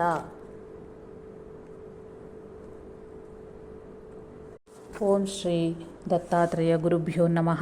శ్రీ గురు రంగావధూత నమో నమః. విశ్వనేస్తం శ్రీ రంగావధూత చరితామృతం అధ్యాయం 44. మహారాజా వారి ప్రేమ సామ్రాజ్యం. భగవంతునిపై భక్తి ఎందుకు కలుగుతుంది అని ప్రత్యేకంగా కొంతమంది విషయంలో పరిశీలిస్తే ఖచ్చితమైన కారణమేమీ కనపడదు. ఆ భగవంతుడే తన లోకంగా, ఆయన సన్నిధానమే తన నివాసంగా, ప్రతి శ్వాసలోనూ భగవచ్చింతనే సాధనంగా బాల్యము నుండి మలుచుకుని కాలాంతరములో ఒక మహాత్మునిగా ఎదిగిన పరమ పూజ్యనీయులు శ్రీ రంగావధూతపై నారేశ్వర్లోని పశుపక్షాదులతో పాటు చుట్టుప్రక్కల గల పల్లెవాసులకు విపరీతమైన ఆరాధన, గౌరవం ఉండటం నిజంగా వాళ్ల పూర్వజన్మ సుకృతమే. శ్రీ స్వామివారి ప్రేమకు పాత్రలు కాని వారు కూడా ఉండరేమో. శ్వాన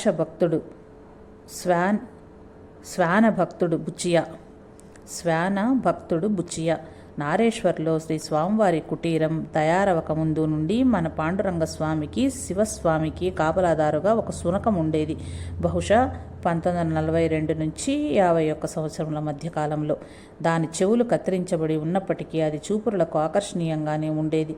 దాని పేరు బుచ్చియా కొన్ని ప్రత్యేకమైన గుణగణాలను కలిగి ఉండేది. అది ఎవరినీ కరిచి ఎరుగదు. శాంతంగా ఉండేది. వంటింటి వైపు కన్నెత్తి కూడా చూచేది కాదు. ఆహారాన్ని దాని వద్ద పెట్టి అంటేనే తినేది. మరొకరు తిని వదిలేసిన ఇంగ్లి పదార్థం అది వాసనైనా చూచేది కాదు. అందుచేత దానికి ఎప్పుడూ తాజాగా తిండి పెట్టాల్సి వచ్చేది. అలానే ఏనాడు అది ఆశ్రమంలో మలమూత్ర విసర్జనలు జరపలేదు. అందుకోసమే అది బయటకు వెళ్ళి వచ్చేది.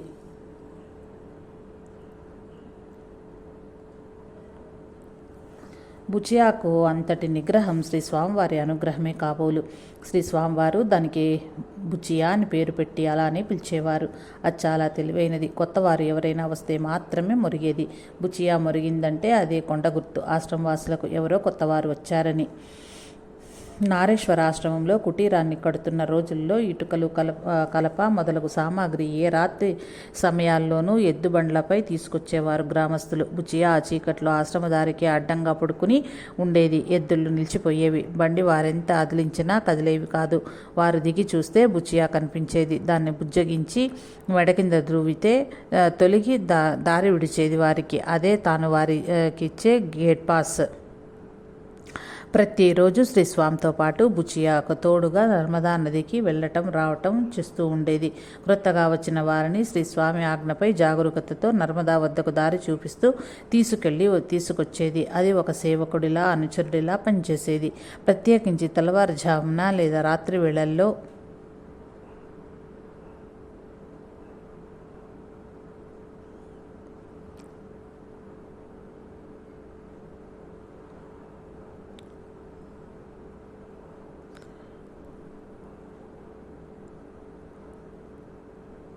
ప్రతిరోజు శ్రీ స్వామితో పాటు బుచియా తోడుగా నర్మదా నదికి వెళ్ళటం రావటం చేస్తుండేది. క్రొత్తగా వచ్చిన వారిని శ్రీ స్వామి ఆజ్ఞపై జాగరూకతతో నర్మదా వద్దకు దారి చూపిస్తూ తీసుకొచ్చేది. అది ఒక సేవకుడిలా, అనుచరుడిలా పనిచేసేది. ప్రత్యేకించి తెల్లవారుజామున లేదా రాత్రి వేళలలో నర్మదా నదికి వెళ్లే వారికి దారి చూపుతూ ముందు నడిచేది. అలానే వేళ కాని వేళలో రైల్వే స్టేషన్కు వెళ్ళవలసి వస్తే అలానే ముందుకు నడుస్తూ తీసుకువెళ్ళేది. శ్రీ తాజుద్దీన్ బాబా సన్నిధిలో ఉండే షేరు అను బాబా గారు పెట్టిన పేరు సునకం కూడా ఆయనపై గల భక్తితో భక్తులకు రైల్వే స్టేషన్ నుండి గురుదేవుల వద్దకు తిరిగి దారి చూపుతూ ఉండేది. పగటి వేళల్లో ఏ చప్పుడు చేయకుండా స్తబ్దతతో కలిసి ఉన్నప్పటికీ చీకటి పడేటప్పటికీ చాలా జాగరూకతతో ఉండేది బుచియా. ఒక చిన్న పండుటాకు రాలిన పండుకాయల తొడెంపు ఊడి క్రిందకు పడిన, యాత్రికుల గదులలో కానీ ప్రధాన ద్వారంలో కానీ తలుపులు కిర్రుమనిన, నర్మదలో పయనించే చిన్న పడవల తెడ్ల చప్పుడు వినవచ్చినా అది అప్రమత్తమై 4 కాళ్లపై లేచి నిలబడేది. ఆశ్రమము దాని పరిసరాలన్నింటినీ నిరంతరము పహారా కాస్తూ ఉండే బుచియా తన జీవితంలో ఏ రోజు ఒక్కచోట స్థిరంగా కూర్చుని ఎరుగదు. సింహాన్ని పోలిన తన ఉనికితో అందరికీ నమ్మిన బంటుగా ఉండేది. తరువాత కాలంలో శ్రీ స్వామివారి తల్లి రుక్మాంబ కూడా ఆశ్రమానికి వచ్చి చేరారు. బుచియాను ఎంతో ప్రేమగా చూచేవారు. దాని చివరి రోజుల్లో దానికి తీవ్రమైన జబ్బు చేసింది. కదలలేని స్థితిలో భరింపరాని బాధతో ఉండేది బుచియా. రుక్మాంబ గారు తన స్వహస్తాలతో దానికి స్నానం చేయించి ఆహారం పెట్టేవారు.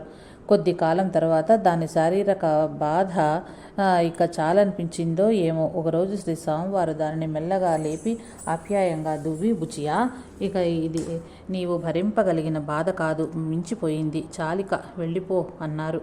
అంతే. గురుదేవులనే చూస్తూ బుచియా ప్రాణాలు విడిచింది. అప్పుడు శ్రీ స్వామివారు స్వయంగా ఆశ్రమవాసుల సాయంతో అక్కడే ఒక నర్మదా తటమున ఆశ్రమంలోనే గ్రంథ విక్రయశాల ప్రక్కన దానిని సమాధి చేశారు. అక్కడే బుచియా స్మృతి చిహ్నంగా స్తూపం ఒకటి నిర్మించారు. దానికి చివరి వీడుకోలుగా సమాధిపై వ్రాసిన మాటలు మనకు ప్రబోధంలా నిలుస్తాయి. గుజరాతీలో ఇలా వ్రాసి ఉన్నది: స్వానతయి మందిరే నిత్యచోకీ కరుం దర్శని ఆననవ కాయం మాగుం. స్వామి, సునకమునైనా నేను నీ మందిరానికి నిత్యం కాపలా కాస్తాను. ప్రతిఫలం ఏమీ కోరను, ఒక్క నీ దర్శనం తప్ప. నిర్గుణమూర్తి కరుణాధార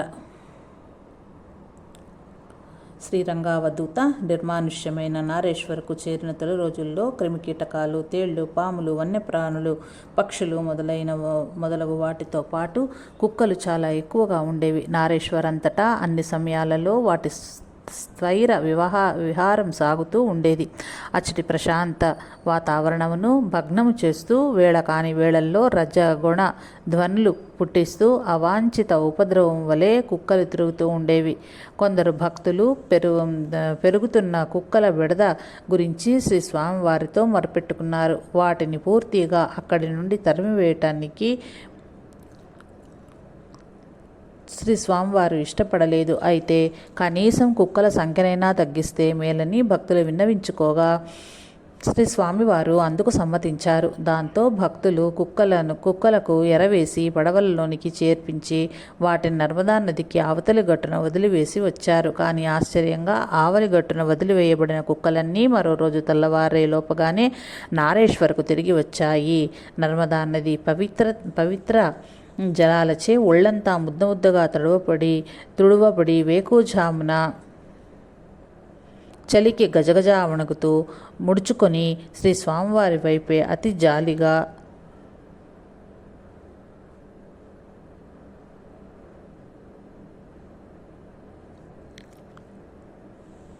చూస్తూ కూర్చున్నాయి. నారేశ్వర్లో ఉండటానికి తమకు అనుజ్ఞ ఇవ్వవలసినదిగా గురుదేవులను కోరుతున్నట్లు కనిపిస్తున్నాయి. శ్రీరంగో విగ్రహవాన్ కరుణ అన్నట్లు కరుణాపూరిత హృదయులైన శ్రీ స్వామివారు వెంటనే పెద్దగా ఇలా ప్రకటించారు. చూడండి, ఈ దయనీయ జీవాలను ఇచ్చటి నుండి పంపించి వేసేందుకు భగవాన్ దత్తాత్రేయుని అనుమతి లేదు. అందుచేత ఇక మీదట ఎవరూ వీటిని తరిమివేసే ప్రయత్నం చెయ్యకండి. అంతేకాదు, సులువుగా వశమయ్యేది ఈ జీవులకు అన్నపానాదులు ఇక మీదట ఆశ్రమం నుండి ఏర్పాటు జరుగుతాయి. అప్పటి నుండి ఆ కుక్కల మంద ఆ గ్రామంలోనే తింటూ అంతటా తిరుగుతూ ఉండేవి.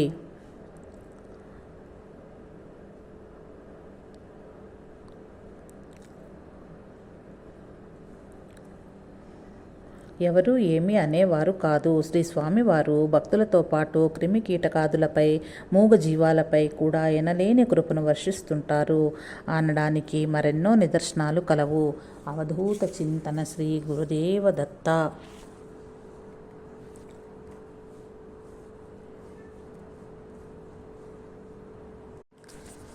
ఓం శ్రీ దత్తాత్రేయ గురుభ్యో నమః. శ్రీ గురు రంగావధూత నమో నమః. విశ్వనేస్తం శ్రీ రంగావధూత చరితామృతం అధ్యాయం 42.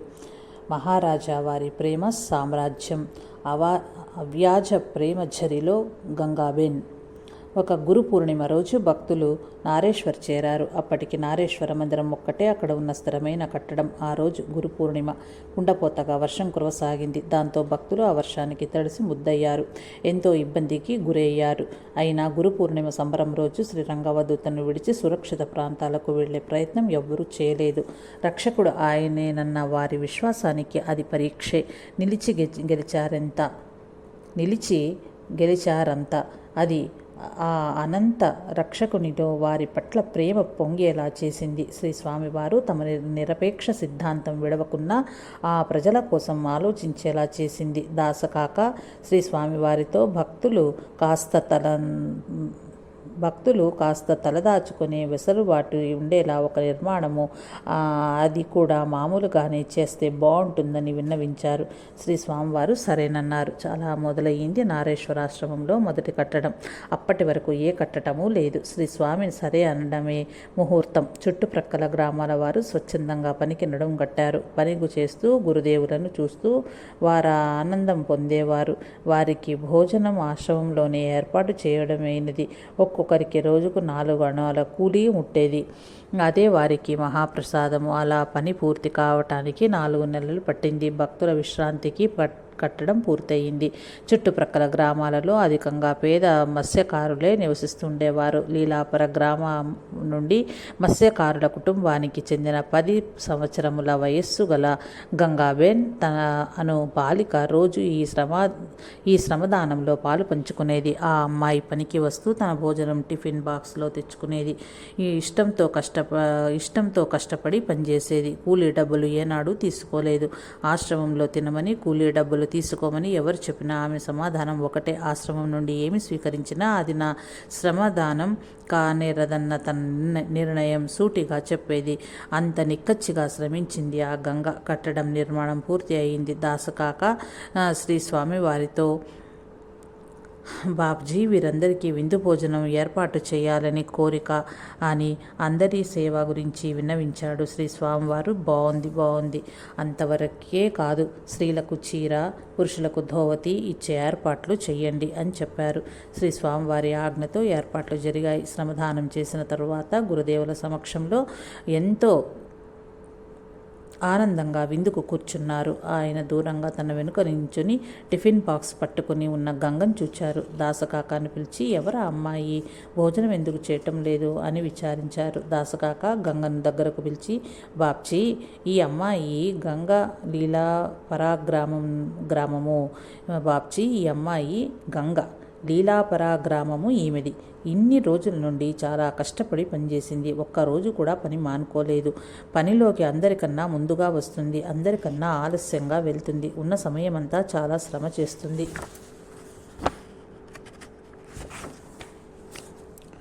తన భోజనం తాను తెచ్చుకొని తినింది ఇంతకాలం. పని చేసినందుకు గాను ఒక్క అణా కూడా ఎప్పుడు తీసుకోలేదు. ఇప్పుడు కూడా తన భోజనం తానే తెచ్చుకున్నది చూడండి అని వివరించాడు. శ్రీ స్వామివారు గంగను సరదాగా బెదిరించి బ్రతిమాలి ప్రసాదం తీసుకునేటట్లు ఒప్పించారు. దాంతో ఆ అమ్మాయి ఆ రోజు ఆశ్రమంలో భోజన ప్రసాదాన్ని తీసుకున్నది. వస్త్రభవమానం మాత్రం వద్దన్నది. ఎందుకు అని స్వామివారు అడిగారు. బాప్జీ, నాకున్నది ఈ శరీరం, శ్రమ చేయగల శక్తి మాత్రమే. అవే మీకు భగవంతునికి ఇలా ఈ నిర్మాణ పనిలో ఉపయోగపడ్డాయి. ఇంతవరకు నేను చేయగలిగినది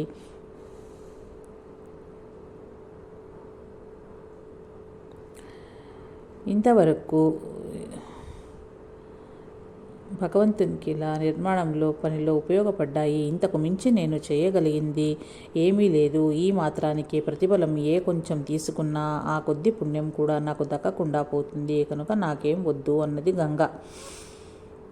మరి నీకేం కావాలో అడుగు అన్నారు వరదుడైన శ్రీ స్వామివారు. బాప్జీ, మీరు మా ఇంటికి రావాలి మరి అడిగింది ఆ అమాయక బాలిక. నీ అసలింటికి వస్తాను, అత్తవారిల్లే కదా నీ అసలైన ఇల్లు అన్నారు శ్రీ స్వామివారు. గంగ సంతోషపడింది. తర్వాత గంగ ఎన్నోసార్లు శ్రీ స్వామివారి దర్శనానికి వచ్చి వెళ్ళింది. ఎప్పుడొస్తారు మా ఇంటికి అని గంగ కానీ, ఎప్పుడు రావాలి మీ ఇంటికి అని శ్రీ స్వామివారు కానీ అడగలేదు. కాకుంటే గంగ నీకిచ్చిన మాట నేను మరవలేదు అని అనుకునేవారు బాప్జీ. కాలం గడుస్తున్నది. గంగకు పెళ్ళై అత్తవారింటికి వెళ్ళింది. ఒక బిడ్డకు తల్లి అయ్యింది. కాలక్రమంలో రంగజయంతి వచ్చింది. పరిసర గ్రామం వారంతా రంగజయంతి రోజు తమ తమ గ్రామాలలో సంబరాలు చేసుకుంటారు. అయితే శ్రీ స్వామివారు మాత్రము తాము ఎవరి గ్రామం వస్తారో ముందుగా ఎవరికీ తెలుపరు. వారు ఏ గ్రామానికి వెళ్తే ఆ గ్రామస్తులకు జయంతి సంబరాలతో పాటు వారి సన్నిధి ప్రాప్తితో ఆనందం అంబరాన్నంటేది. ఆ రంగ జయంతి రోజు ఉదయమే కాలకృత్యాలు తీర్చుకొని అనంతరం తన భోజనం ఒక క్యారేజీలో సర్దుకున్నారు శ్రీరంగావధూత. పడవ వారికి తాను వస్తున్నట్లు సిద్ధంగా ఉండమని కబురు చేశారు. భోజనం క్యారేజీ పట్టుకుని వెళ్ళి పడవలో కూర్చుని లీలాపరాగ్రామం వెళ్ళమన్నారు. పడవ లీలాపరాగ్రామం చేరింది. ఒడ్డున జాలర్లు శ్రీ స్వామివారిని చూచారు. చుట్టూ మూగారు. కొందరు గ్రామంలోకి పరుగులు తీశారు. ఒక ఇంటి ముంగిట ఆయనకు తగిన ఆసనం ఏర్పాటు చేశారు. అందరూ ఎదురేగి సంబరంగా తీసుకొచ్చి కూర్చోబెట్టారు. ఒక పిల్లవాడు పరిగెత్తి వచ్చి గంగకు ఈ వార్త చాలా ఉత్సుకతతో ఆయాసపడుతూ చెప్పాడు. బిడ్డకు పాలిస్తున్న గంగ అవునా అని ఒక్క ఉదుటున బిడ్డను ప్రక్కకు పెట్టి తూనీగలా పరుగుతో గురుదేవులను చేరింది. శ్రీ స్వామివారి పాదాలకు మ్రొక్కి లేచింది. గంగా, బిడ్డ ఎలా ఉన్నాడు? నేనిప్పుడు నీ ఇంటికి వస్తాను అన్నారు శ్రీ స్వామివారు. సరేనని అంతే వేగంతో ఇల్లు చేరింది గంగలో ఆనందం దాన్ని మించిన కంగారు, తొట్రపాటు స్థిమితపడి క్షణం ఆలోచించింది. అంతటి స్వామిని కూర్చోబెట్టదగిన ఆసనం తన ఇంట ఎక్కడిది? లోపలికి ఆయన్ని ఎలా తీసుకురావాలి? స్వామికి గుడిచె చూరు తగలదా? మరి అంతే వేగంగా ఊహ కుదిరింది. క్షణం ఆలస్యం చేయలేదు గంగ. ముంగిట నీళ్లు చల్లింది, ముగ్గు వేసింది, పెట్టి తెరిచింది. పెళ్లి నాటివి, పండుగలకు కొన్నవి, మరి పాతబడని కొత్తగా ఉన్న చీరలు, దోవదలు అన్నీ సిద్ధం చేసుకున్నది. గురుదేవులు కూర్చోవటానికి ఒక కంబళి మడిచివేసి దానిపై తెల్లని ధోవతి పరిచి ఉంచింది. సిద్ధం చేసిన మిగిలిన వస్త్రాలను తన ఇంటి వాకిలి నుండి పొడవుగా ఒకదానికొకటి కలిపి పరుచుకుంటూ ఆ బట్టలతో హృదయం రాజమార్గం వేసుకుంటూ స్వామివారిని చేరింది. ఆయన నవ్వుకుంటూ ఆ వస్త్రాలపై అడుగులేస్తూ గంగ ఇంటికి చేరారు. ఆసనంపై సేద తీరారు. శ్రీ స్వామివారు తాము తెచ్చుకున్న క్యారేజీలోని ఆహారం అక్కడే తిన్నారు. గంగ కందులో నుండి ఒక ముద్ద ప్రసాదంగా అందించారు. సాయంత్రం వరకు ఆ ఇంట్లోనే విశ్రమించారు కూడా. గంగ ఆనందం గంగాజరిగా మారింది. ఆ తర్వాత తిరిగి నారేశ్వర్ వెళ్ళారు. శ్రీ స్వామివారు నాటి నుండి వస్త్రాలు పరిచి శ్రీ రంగావధూత గారిని నడిపిస్తూ ఆహ్వానించడం సాంప్రదాయంగా మారింది. ఒక అమాయక స్త్రీ హృదయపూర్వక ప్రేమతో తన పేదరికంలో నుంచి ఆలోచించి తాను చేయగలిగిన ఉత్తమ సేవగా భావించి పాటించిన ఆహ్వాన పద్ధతి తదుపరి రోజుల్లో ఒక ఆచారంగా మారింది. కనుక ఆచారం ఏర్పడటం వెనుక ఉంది ప్రేమ, భక్తి, గౌరవాలే అన్నది స్పష్టం. ఆ గంగ 70 ఏండ్లు దాటిన వయస్సులో కూడా ఎంతో ఆరోగ్యంగా చలాకీగా నారేశ్వర్ వచ్చి భజనలలో పాల్గొని వెళ్తూ ఉండటం పరిపాటి. ఆమెను చూస్తే చాలు గురుదేవుల ప్రేమను స్పర్శించినంతగా ఆనందం పొంది ధన్యత కలుగుతుంది. జీవితాన్నిచ్చిన రక్షకుని సేవలో వాసంతిబెన్. శ్రీ రంగావధూత వలసాద్ అనే ఊరిలో విడిది చేసి ఉన్నారు. ఊరిలో ఆ విషయం ప్రాకిపోయింది. శ్రీ స్వామివారు వచ్చారన్న విషయం ఆ గ్రామంలోని 12 ఏళ్ల వాసంతి అనే అమ్మాయికి స్కూల్లో ఉండగా తెలిసింది. ఆయన దర్శనం చేసుకోవాలని తీవ్రంగా ఆ పాపకు మనసులో కనిపించింది. మధ్యాహ్న భోజన విరామంలో వెళ్ళదలిచి స్నేహితురాళ్లకు అడిగింది. వాసంతి ఎవరూ తనతో వచ్చేందుకు సిద్ధపడలేదు. దాంతో శ్రీ స్వామివారు ఎక్కడున్నారో తెలుసుకుని తాను ఒక్కతే విడిది దగ్గరికి వెళ్ళింది. స్వామివారిని చూడాలని అక్కడ ఉన్న సేవకుడిని అడిగింది. ఇది విరామ సమయము, తర్వాత రమ్మని చెప్పి ఆ పాపను వారించాడు ఆ సేవకుడు. కానీ వాసంతిలోని ప్రేరణ తనను ఆగనీయలేదు. ఆ పాప అతడిని త్రోసుకుని లోపలికి వెళ్ళింది. గురుదేవుల దర్శనమైంది. కానీ ఎందుకో తనకి తెలియకుండా ఆమె కళ్ళ వెంట నీటి ధారలు ఎందుకు ఏడుస్తున్నదో ఆమెకే తెలియదు. అది ఆనందమో విభ్రమమో ఆగని స్రవంతే అయింది వాసంతి. ఏమైంది తల్లి చెప్పు అని బుజ్జగించి అడిగారు శ్రీ స్వామివారు. పాప కంఠం గద్గదమైంది. మాట రాలేదు. ఏం చెప్పలేక కన్నీటి ధారల్లోంచే గురుదేవులని చూస్తూ నిల్చుంది. రేపటి నుండి 3 రోజులు ఉపవాసం చేయి తల్లి. నీరు మాత్రమే త్రాగు, మరేం తీసుకోవద్దు. ఆ నీరు కూడా నీవు స్వయంగా బావిలో నుంచి తోడుకున్నవి మాత్రమే త్రాగు. వెళ్ళిరా అమ్మా అన్నారు శ్రీ స్వామివారు. తలూపి ఇంటికెళ్ళింది వాసంతి. ఇంటికి చేరిందే గాని ఏడుపు మాత్రం ఆపలేదు. వెక్కి వెక్కి ఏడుస్తూనే ఉంది. ఏమైందో ఏమిటోనని భయపడుతున్న అమ్మ నాన్నలకు అంతా వివరించింది. వారు విస్తుపోయారు. అయినా 12 ఏళ్ల పిల్ల నీరు మాత్రమే ఆహారంగా తీసుకుంటూ 3 రోజులు ఉపాసం ఎలా ఉండగలదు?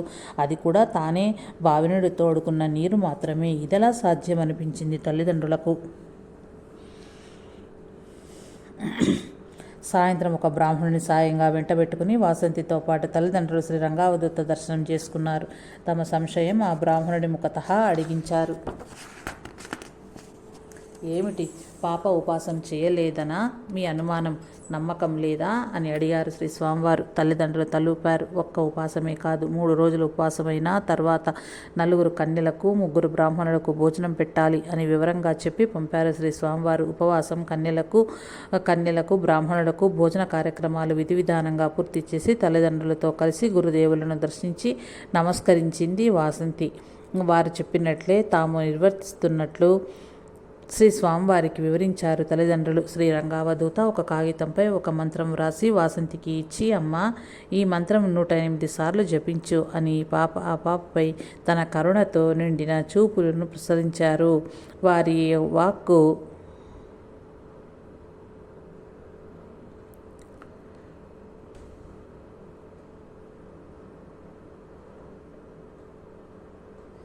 ఆ పాపకు వేదవాక్యే. గురుదేవుల ఆజ్ఞను తూచా తప్పక వాసంతి అలానే చేసింది.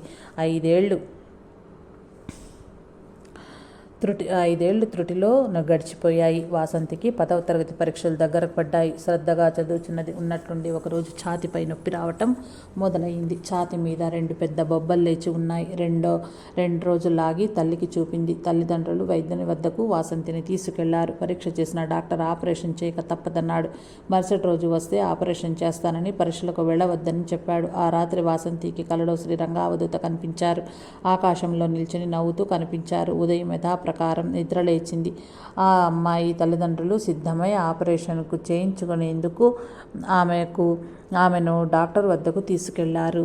ఆపరేషన్కు సమాయత్తమవుతూ ఆ డాక్టరు మళ్ళీ వాసంతికి పరీక్షలు చేసి, చాలా చిత్రంగా ఉంది. నిన్న అంత తీవ్రంగా ఉన్న గడ్డలు ఒక్క రోజులో పూర్తిగా మెత్తపడ్డాయి. ఇక ఆపరేషన్ అక్కర్లేదు. ఇప్పుడు ఈ గడ్డలకు పైపూత మందు చాలు. 10వ తరగతి పరీక్షల నాటికి పూర్తి నయమవుతుంది. 10వ తరగతి పరీక్షల నాటికి పూర్తిగా నయమవుతుంది. అయినా ఇది చిత్రమే అన్నారు. అట్టే పరీక్షల నాటికి గడ్డలు పోయి ఆరోగ్యము చేకూరంగా ఆమె పరీక్షలు చక్కగా వ్రాసింది. 5 ఏళ్ల క్రితమే శ్రీ స్వామివారు ఆమెకు జబ్బు రాకముందే వైద్యం చేశారు. సంస్కారానికి కావలసిన మంత్ర సంజీవిని ముందే ఇచ్చారు గదా. జరగబోయేది తెలుసుకోలేని మనం మహాత్ముల మాటను నమ్మకంగా పాటించగలిగే సంస్కారం ప్రోధి చేసుకోవాలి కదా. ఎత్తుగా చక్కని ఆకృతి కలిగిన వ్యక్తిగా ఆమె ఎదిగింది. కాలాంతరంలో వాసంతి బెన్ నారేశ్వరం సంస్థానం ట్రస్టులో ఒకరుగా నిలిచింది. ఆమెను ఎన్నుకుని కాపాడి సంస్కరించి సేవకు వినియోగించుకోవటం శ్రీ స్వామివారికే చెల్లింది. అవధూత చింతన శ్రీ గురుదేవదత్త.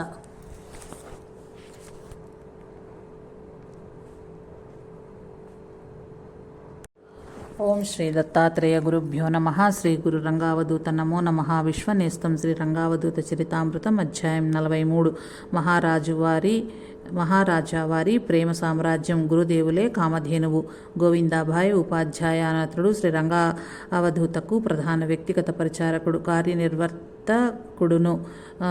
అప్పుడప్పుడు సందర్భ సందేహాలు కలగగానే శ్రీ స్వామివారిని అడగటం అతని అలవాటు. కొన్ని సమాధానాలు విని ఓహో అనుకుంటాడు, కొన్ని విని ఆహా అంటాడు. మరికొన్నింటికి ఏంలే బాబ్జీ అన్నారని సరిపెట్టుకోవటమే కానీ ఇవన్నీ నిజంగా జరిగేనా పెట్టేనా అని అనిపించేది అతడికి. ఒకసారి కామధేను అంటే ఏమిటి బాబ్జీ, అసలు అలాంటి ఆవు ఉంటుందంటారా అని అడిగాడు గోవిందబాయి ఉపాధ్యాయ. ఉంటుంది. అయినా సంకల్పాన్ని సిద్ధించుకోగలిగే ఆత్మశక్తే కామధేనువు. ఎందుకు అడిగావు అని శ్రీ స్వామివారు అడిగారు. అలా అవుతుందా అని సంశయం అన్నాడు గోవిందభాయ్ ఉపాధ్యాయుడు. శ్రీ స్వామివారి నవ్వి ఊరుకున్నారు. తర్వాత రోజుల్లో కామధేను కల్పవృక్షం కూడా శ్రీ స్వామివారి సంకల్పమేనని ప్రత్యక్షంగా చూచాడు. పచ్చి జొన్న గింజలను కాల్చుకొని తింటాం కదా, అలా కాల్చిన గింజలను పోంక్ అంటారు. అవి అన్ని కాలాల్లో దొరకవు కదా. అవి దొరకని రోజుల్లో ఒకరోజు గోవిందాబాయితో శ్రీ స్వామివారు గోవింద్ పోంకు దొరికితే తినాలని ఉంది అన్నారు. ఇప్పుడు ఎక్కడ దొరుకుతాయి బాబ్జీ, కొంతకాలం ఆగందే అవి రావు కదా అన్నాడు గోవింద్. కాసేపట్లో ఎవరో వేడివేడి పోంక్ పొట్లము కట్టి తెచ్చి శ్రీ స్వామివారి కోసమని ఇచ్చి వెళ్ళారు. ఒకరోజు ఉదయాన్నే శ్రీ స్వామివారు గోవిందాబాయిని అడిగారు, గోవింద్ స్కూల్ మాస్టర్ ఎటు వచ్చాడా అని. ఇప్పుడు ఎలా వస్తాడు బాబ్జీ, ఆయన అక్కడ స్కూలుకు వెళ్ళే సమయం కాదు కదా ఇది అన్నాడు గోవిందబాయ్. అలాగా, అయినా వస్తాడేమో చూడు అన్నారు శ్రీ స్వామివారు. ఏం చాదస్తామోనని గోవిందబాయ్ అనుకునే లోపే శ్రీ స్వామివారు చెప్పిన స్కూల్ మాస్టరు జగజ్జీవ్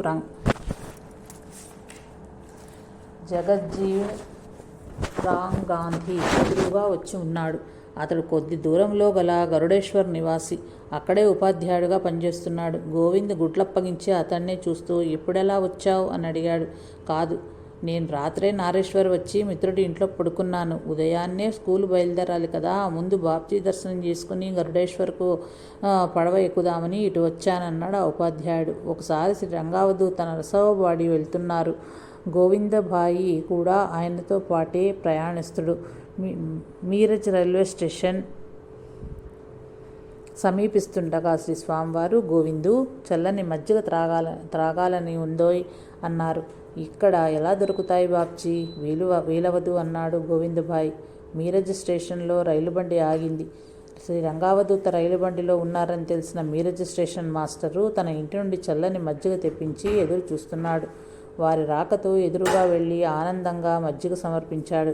శ్రీ స్వామివారి సంకల్పమే కామధేనువు కదా, ఇట్టి లీలలన్నీ సంకలనం కానివి ఉన్నవో కదా, ఇట్టి లీలలెన్ని సంకలనం కానివి ఉన్నవో కదా. సుఖ సంరక్షణ కాదు, శరణాగతి ముఖ్యం. ఒకసారి ఒకసారి నారేశ్వర్లోని ఒక పెద్ద రావి చెట్టు క్రింద గోవిందభాయ్ ఉపాధ్యాయుతో కలిసి శ్రీ స్వామివారు కూర్చుని ఉన్నారు. శ్రీ స్వామివారు తమ భుజాలపై నుండి జారిపోతున్న పై వస్త్రాన్ని సవరించుకుంటుండగా గోళ్లు పెరిగిన వారి చేతి వ్రేళ్లను గమనించాడు అతడు. బాప్జీ, మీ గోళ్లు బాగా పెరిగాయి, వాటిని కత్తిరించాలి అన్నాడు గోవిందభాయ్. అవునవును అన్నారు తన 2 చేతుల వంక చూస్తూ శ్రీ స్వామివారు. మరి నేను కత్తిరించేదా అడిగాడు గోవిందభాయ్. మంచిది, అలాగే చెయ్యి అనుమతిచ్చారు శ్రీ స్వామివారు. వెంటనే గోవిందభాయి ఉపాధ్యాయ కుటీరంలోకి వెళ్ళి గోళ్లు కత్తిరించుకుని నెయిల్ కట్టర్ తెచ్చి వాటిని కత్తిరించడం మొదలుపెట్టారు. గోళ్లను కత్తిరిస్తూ గోవిందబాయి ఉపాధ్యాయ అయి ఆలోచిస్తున్నాడు. ఈ గోళ్లను నేను వెండి భరణిలో మెత్తని మక్మల్ వస్త్రంతో చుట్టి దాస్తాను. ఇది నాకు విలువ కట్టలేని జ్ఞాపికగా అవుతుంది అని. నా గోళ్లు త్వరగా పెరుగుతాయి. గోవిందబాయి ఆలోచనను ఆపివేస్తూ శ్రీ స్వామివారు అన్నారు. ఆ మాటలతో ఇహలోకంలోకి వచ్చిన గోవిందబాయి అది మంచి ఆరోగ్యానికి గుర్తు బాప్జీ అన్నాడు.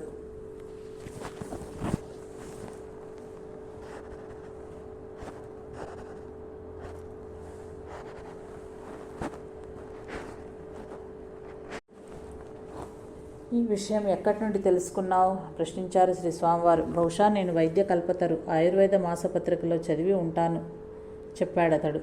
ఎంత ఆశ్చర్యం! నేను ఇప్పుడే ఆలోచిస్తున్నాను. ఆ పత్రిక పాత సంచికలు కొన్ని ఉంటే బాగుండునని. గ్రామస్తులు నన్నెప్పుడూ అడుగుతుంటారు చౌకగా లభించే ఆయుర్వేద మందుల గురించి చెప్పమని అన్నారు శ్రీ స్వామివారు. నేను కొన్ని సంచికలు సేకరించి పంపటానికి ప్రయత్నిస్తాను బాప్జీ అని చెప్పాడతడు. గోళ్లనన్నింటినీ కత్తిరించి వాటిని కాగితంలో సేకరించి పొట్లం కట్టాడు గోవిందబాయ్. గమనించిన శ్రీ స్వామివారు వాటిని నదిలో పడవేసేయి అని ఆజ్ఞాపించారు. గోవిందబాయ్ ఉపాధ్యాయులకు నోట మాట రాలేదు. గోళ్లను దాచి ఉంచాలని అతని ఆలోచన విచ్ఛిన్నమైంది.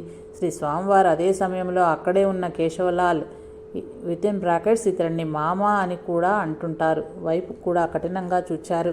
యంత్రపు బొమ్మల గోవిందబాయి శ్రీ స్వామివారి పాదాలకు నమస్కరించి సరాసరి నర్మదా నదికి వెళ్ళి గోళ్లు ఉన్న కాగితం పొట్లం అందులోకి విసిరేశాడు. నది నుండి వస్తూ గోవిందబాయి ఉపాధ్యాయ వైద్య కల్పతరువు పత్రిక పాత సంచికలు సేకరణ ఎలా చేయాలా అని ఆలోచిస్తున్నాడు. అతడు శ్రీ స్వామివారిని చేరి కూర్చోబోయేంతలో డాక్టర్ ప్రభాకర్ అను భక్తుడు తన చేతిలో ఒక పెద్ద పుస్తకాల కట్ట తీసుకుని వస్తున్నాడు. శ్రీ స్వామివారి వద్దకు వస్తూనే అతడు ఆ పుస్తకాల కట్టను ఆయన ముందుంచి ప్రణామాలు చేశాడు. బాప్జీ, వైద్య కల్పతరువు పాత సంచికలు ఇవి. మీరు చదవటానికి ఉపయోగపడతాయని తీసుకొచ్చానన్నాడు. వైద్య కల్పతరువు సంచికలా? బాప్జీ, ఇంతకుముందే ఇవి కొన్ని కావాలని తెలిపారు. వీటి కోసం ఎవరినైనా వడోదరా కానీ లేదా నడియాద్ కానీ పంపించాలని అనుకుంటున్నాను చెప్పాడు గోవిందబాయ్ ఉపాధ్యాయ్. శ్రీ స్వామివారు అప్పటికే కొన్ని సంచికలను చదవటం ప్రారంభించారు. కుదురుపడని మనసుతో గోవిందబాయ్ డాక్టర్ ప్రభాకర్ను కుటీరం వెనుక వైపుకు తీసుకెళ్లి, ఇంతకు మునుపు ఎప్పుడైనా వైద్య కల్పతరు పుస్తకాలు కావాలని మిమ్మల్ని బాప్జీ ఏమైనా అడిగారా అని ప్రశ్నించాడు. లేదు, ఎప్పుడూ అడగలేదు చెప్పాడు డాక్టర్ ప్రభాకర్. మరి మీరు ఈరోజే ఈ పుస్తకాలు ఎందుకు తెచ్చారు? తిరిగి ప్రశ్నించాడు గోవిందబాయ్. ఇక్కడకు బయలుదేరడానికి కొద్ది ముందు నా గడియారం కోసం అల్మారా తిరవగా పాత సంచికలు కనిపించాయి. ఇవి శ్రీ స్వామివారు చదువుతూ ఉంటే యాత్రికులు ఆయన్ను కలిసి విసిగించకుండా ఉంటారనిపించి తీసుకొచ్చాను అన్నాడు డాక్టర్ ప్రభాకర్. ఎంత యాదృచ్ఛికము! 2 ఒకేసారి జరిగాయి. మీరు రావటానికి కొంచెం ముందు వైద్య కల్పతరు పాత సంచికలు కావాలని బాప్జీ అడిగారు. అవి ముకుళిత హస్తుడై శ్రీ స్వామివారికి హృదయంలో అంజలి ఘటించాడు గోవిందబాయ్. ఆ మాటలతో భావోద్వేగానికి లోనైన డాక్టర్ ప్రభాకర్ శ్రీ స్వామివారికి ప్రణమిల్లాడు. అప్పుడు అక్కడే ఉన్న కేశవలాల్ గోవిందబాయి ఉపాధ్యాయులతో, బాప్జీ ఇతరుల మస్తిష్కాల్లోని ఆలోచనలను సులభంగా చదువుతారు. ఇంతకు ముందు వీరు గోళ్ల కత్తిరిస్తున్నప్పుడు అవి నేను తీసుకుని మా ఊరికి తీసుకెళ్లి పూజించుకుందామని అనుకున్నాను. నా ఆలోచనలను బాప్జీ గ్రహించారు కాబట్టి నా వైపు కఠినంగా చూస్తూ నిన్ను గోళ్లను నదిలో పారవేయమన్నారు అని చెప్పాడు. ఆశ్చర్యకరంగా ఉంది ఉందే, నేను కూడా ఆ గోళ్లను ఒక వెండి భరణంలో దాచుకుందామనుకున్నాను. మీరు గమనించే ఉంటారు. నన్ను గోళ్లను పారవేయమంటూ నా ఆలోచనలను కట్టడి చేస్తూనే నీ వైపు కఠినంగా చూచి నీలోని ఆలోచనలను కూడా ఖండించారన్నమాట. ఇలాంటి విషయాలకు ఆయన ప్రాధాన్యత ఇవ్వరని తెలుస్తోంది అన్నాడు గోవిందబాయి ఉపాధ్యాయ. నిజానికి మహనీయుల వస్తువులను అపురూపంగా చూచుకోవాల్సిందే, కానీ అంతకంటే ముందు ఆ మహాత్ముల ఆచరణాత్మక బోధను మనమెంతవరకు గ్రహించి జీవితాన్ని సాగిస్తున్నామో చూచుకోవాలి. శ్రీరంగావధూత వంటి సద్గురువును ఆశ్రయిస్తే ఆయన పాదాల మీద శిరస్సు ఉంచిన తరువాత మరిక తలెత్తవలసిన అగత్యమేముంటున్నది? శ్రీ రమణ మహర్షి స్నానం చేసే గదిలో నుండి వచ్చే నీటి కోసం రోజురోజుకు భక్తులు చెంబులు బకెట్లతో చేరుకుంటూ పోటీలు పడుతుండేవారు. ఒకనాడు బయట గొడవతో మహర్షికి ఈ తంతు తెలిసింది. దాంతో ఆయన బయటకు వచ్చి, ఇది మానేస్తారా, లేదంటే బయటనున్న కుళాయి వద్ద స్నానం చేసేదా? అప్పుడైతే నా కోసం నీళ్లు కాల్చాల్సిన పని ఉండదు. ఆ తీర్థానికై కాపలా కాయాల్సిన కష్టమూ వారికి ఉండదు. తుండుగుడ్డ, కోపీనం ఈ రెండే కదా ఆ కుళాయి వద్ద పిండుకొని స్నానం చేస్తే సరిపోతుంది. కుళాయి కాకపోతే కొండకాలు ఉన్నాయి, కోనేరులున్నాయి, ఎందుకు ఈ ఉపద్రవం అని గదమాయించారు. అట్లే కాళ్ళు కడుక్కున్న నీటిని స్వీకరిస్తున్న భక్తులపై మండిపడ్డారు శ్రీ రమణులు. ఇటువంటి చేష్టలు మానుకోమని, లేదంటే కాళ్ళు కడుక్కోవటమే మానేస్తానని హెచ్చరించారు కూడా. మహర్షి ఉద్దేశంలో అశాశ్వతమైన భౌతికమైన వస్తుజాలం పట్ల, విషయాల పట్ల వాంఛ ఉండరాదని, అంతకంటే కూడా ఆచరణతో కూడిన ఆధ్యాత్మికం అవసరమని వారి భావన. భక్త రక్షణలో వారెప్పుడూ అప్రమత్తులే. శ్రీరంగావధూతకు ప్రధాన సేవకుడు గోవిందబాయి శ్రీ స్వామివారిని ఎన్నో ప్రశ్నలు వేస్తుండేవాడు. సమాధానాలు నచ్చినా వినటానికి బాగుంది, ఇలా జరుగుతాయా ఈ కాలంలో అనుకునేవాడు. కానీ అలా జరగటం చూచినవాడు అతడే. శ్రీ స్వామివారు సమాధిగతులైన తరువాత గోవిందబాయి తీవ్రంగా జబ్బుపడ్డాడు. బరోడా నగరంలోని వైద్యశాలల్లో చేర్చబడ్డాడు. ఎలాగో వైద్యం సక్రమంగా జరిగి బ్రతికి బయటపడ్డాడు. కానీ వైద్యశాల నుండి డిశ్చార్జ్ చేసేందుకు 30,000 రూపాయలు బిల్లు చేశారు వైద్యశాల వారు. ఆసుపత్రికి చెల్లించటానికి అతని వద్ద అంత డబ్బు కూడా లేదు. అతని కొడుకు తమ పరిచయస్తులను అడిగి డబ్బు తెచ్చుకునేందుకు నగరంలో తిరిగి కొంత సొమ్ము సేకరించుకుని హాస్పిటల్కు వచ్చాడు. ఆసుపత్రిలో డబ్బు చెల్లించబోతుంటే ఆసుపత్రి సిబ్బంది, రెండోసారి కూడా డబ్బిస్తావా ఏం, ఇందాకనే మొత్తం 30,000 రూపాయలు గడ్డంతో ఉన్న ఒక పెద్దాయన చెల్లించి వెళ్ళారు కదా, మీ నాన్నను డిశ్చార్జ్ చేశాం, తీసుకుని వెళ్ళవచ్చు అని అన్నారు. అందరికీ నోటి మాట పెగల్లేదు. తండ్రికి వెళ్ళి చెప్పాడు. తండ్రి గోవిందబాయి గురుదేవులను తలుచుకొని వెక్కి ఏడ్చాడు. మహాసమా తర్వాత కూడా శ్రీ స్వామివారి సశరీరంతో వచ్చి తాను కట్టలేని ఆ ఆసుపత్రిని బిల్లు కట్టి ఆదుకోవటం చూస్తుంటే సమాధికి ముందు తర్వాత కూడా భక్తులను ఆదుకోవటంలో వారెంత అప్రమత్తులో అర్థమవుతుంది. అవధూత చింతన శ్రీ గురుదేవ దత్త.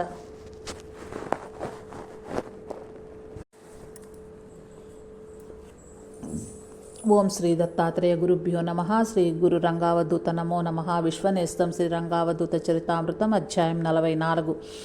మహారాజా వారి ప్రేమ సామ్రాజ్యం. అలావని దాత. శ్రీ గోవింద విఠల అలావని అనునతడు కొంకణ బ్రాహ్మణుడు. సూరత్తులో నివసిస్తుంటాడు. అతడు ఋగ్వేద పండితుడు, సంస్కృత భాషా నైపుణ్యం కలిగినవాడు. మత సాంప్రదాయ విధి విధానాలను నిర్వహించుటలోనూ, ఆచార వ్యవహార కార్యక్రమాలు జరిపించటంలోనూ మరియు మతాచార సంబంధ కర్మకాండ విధానములు జరిపించటంలోనూ నిష్ణాతుడై ఉన్నాడు. ఇతడిని అలావని దాదాగా అందరూ పిలుస్తుంటారు. సూరత్లో 32 సంవత్సరాల నివాసం ఉంటున్న అలావని దాదా యొక్క కుటుంబంలో కలహాలు పెచ్చరిల్లి ఆయన మనశ్శాంతిని కోల్పోయి ఉన్నాడు. దాంతో ఏ సాధు సత్పురుషుడు తనను ఉద్ధరిస్తాడా అని ఆయన ఎదురు చూస్తూ ఉన్నాడు. అయితే అదృష్టవశాత్తు ఎవరు శ్రీ రంగావధూతను దర్శించుకుని దుఃఖములను కష్టములను పోగొట్టుకోమని సూచించారు. ఆ సూచనను భగవంతుని సందేశముగా తలచిన అలావని దాదా తన బాధలన్నింటినీ ఏకరువు పెడుతూ నారేశ్వర్లోని శ్రీ రంగావధూతకు వినయపూర్వకంగా ఉత్తరం రాశాడు. తాను శ్రీ రామచంద్ర శాస్త్రి డోంగ్రీ మహారాజుచే సూరత్తులో నిర్వహించబడో శ్రీమద్ భాగవత గోష్ఠికి హాజరు కావలసి ఉన్నదని ఆ సమయంలో తనను కలుసుకోవలసినదిగా అలావని దాదాకు ప్రత్యుత్తరం ఇవ్వవలసినదిగా రతన్ లాల్ మోడీ కాకాతో శ్రీ రంగావధూత చెప్పగా ఆయన అట్లే ఉత్తరం రాసి పంపారు. తర్వాత కొద్ది రోజుల్లోనే భాగవత గోష్ఠి జరుగుతుండగా అలావని దాత శ్రీ స్వామివారిని కలిసి తన కష్టాలను చెప్పుకున్నాడు. అంతేకాక తనకు మనశ్శాంతిని ప్రసాదింపమని కోరాడు. శ్రీ స్వామివారు అతన్ని నారేశ్వర రమ్మని అక్కడే శాశ్వతంగా ఉండిపోమ్మని చెప్పారు.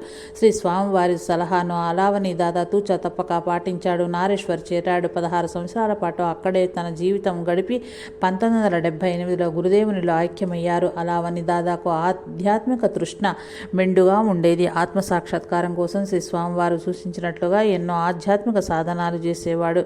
1,25,000 గాయత్రి జపము, ఓంకారనాథ సాధనము,